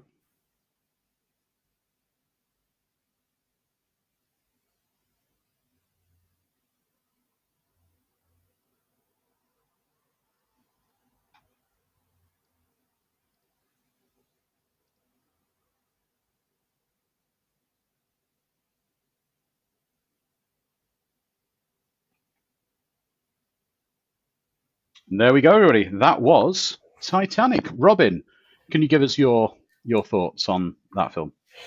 Yeah, just like I need time to process it, but essentially, it's just epic. It's the highest, cinematic achievement. Just everything about it. Like, if you want to sort of understand what excellence is in every level, in every, it's not the right comparison. But when obviously our projects are not films, they're documentaries, but essentially we have a team and we work really hard, and every element of everything we do needs to work for it to sort of be good. And I know how hard that is, and how much I demand from the team when we do a project. And I just can't conceive of the scale that's required to do something that huge. Like, you cannot have any weak links. No. And it's pretty amazing. So, Andrew, thank you so much for inviting me on. I didn't say anything. I've just enjoyed the ride. You've been absolutely fine, amazing. Robin. It's been absolutely brilliant. So I'll just quickly take the comments off the audience, and then we'll say what we're watching next week when Dom will be back, and then we'll be off. So Thanks for having me, everyone. You're very welcome. Okay, let me take the comments from YouTube and Discord, please, about what you think of this film. Fraglord, okay, Phonic says it's a very good movie. Fraglord, it's an incredible crafted act of art. It's not something you see often. It's a benchmark film. Jedi Wizard say a man who made sci-fi and action movies surprised everyone, delivering a masterclass in pacing, effects, acting, story, and just about everything. The film stands the test of time, regardless of what others think. It's chef's kiss. Sharon says, "Thank you, Robin, for being here." Calbot says, "Fun watch. Muted that damn song. Going to watch Titanic now. Thanks, Robin. Good to have you here." Fraglord, it's better than Piranha 2 by some margin. Mr. Furzel, God, I miss the 90s. Well, you're going to be a happy boy, Mr. Furzel. Lizardman, I had fun at least. Still not my kind of movie, but I recognise it for its success all the same. Sharon says, great emotional roller coaster. Great to see it with you all. Over on YouTube, we've got Telefine saying, thank you for being here, Robin. Thank you. Gary says, Cameron should do a sequel, maybe. Miss Swift says, we needed the lighter first half to balance out the tragic ending. Yeah. And thank you for coming, Robin. Alex Peacock says, great film, but I can't watch it too often. I agree. It's kind of a once-a-year deal for me, usually. But everybody, so thank you for watching Titanic with us. We are going to be saying goodbye for this year now to the Summer of Popcorn. And well done, Andrew. The Summer of Popcorn is all you and Dom. You guys are here every week, and we love it.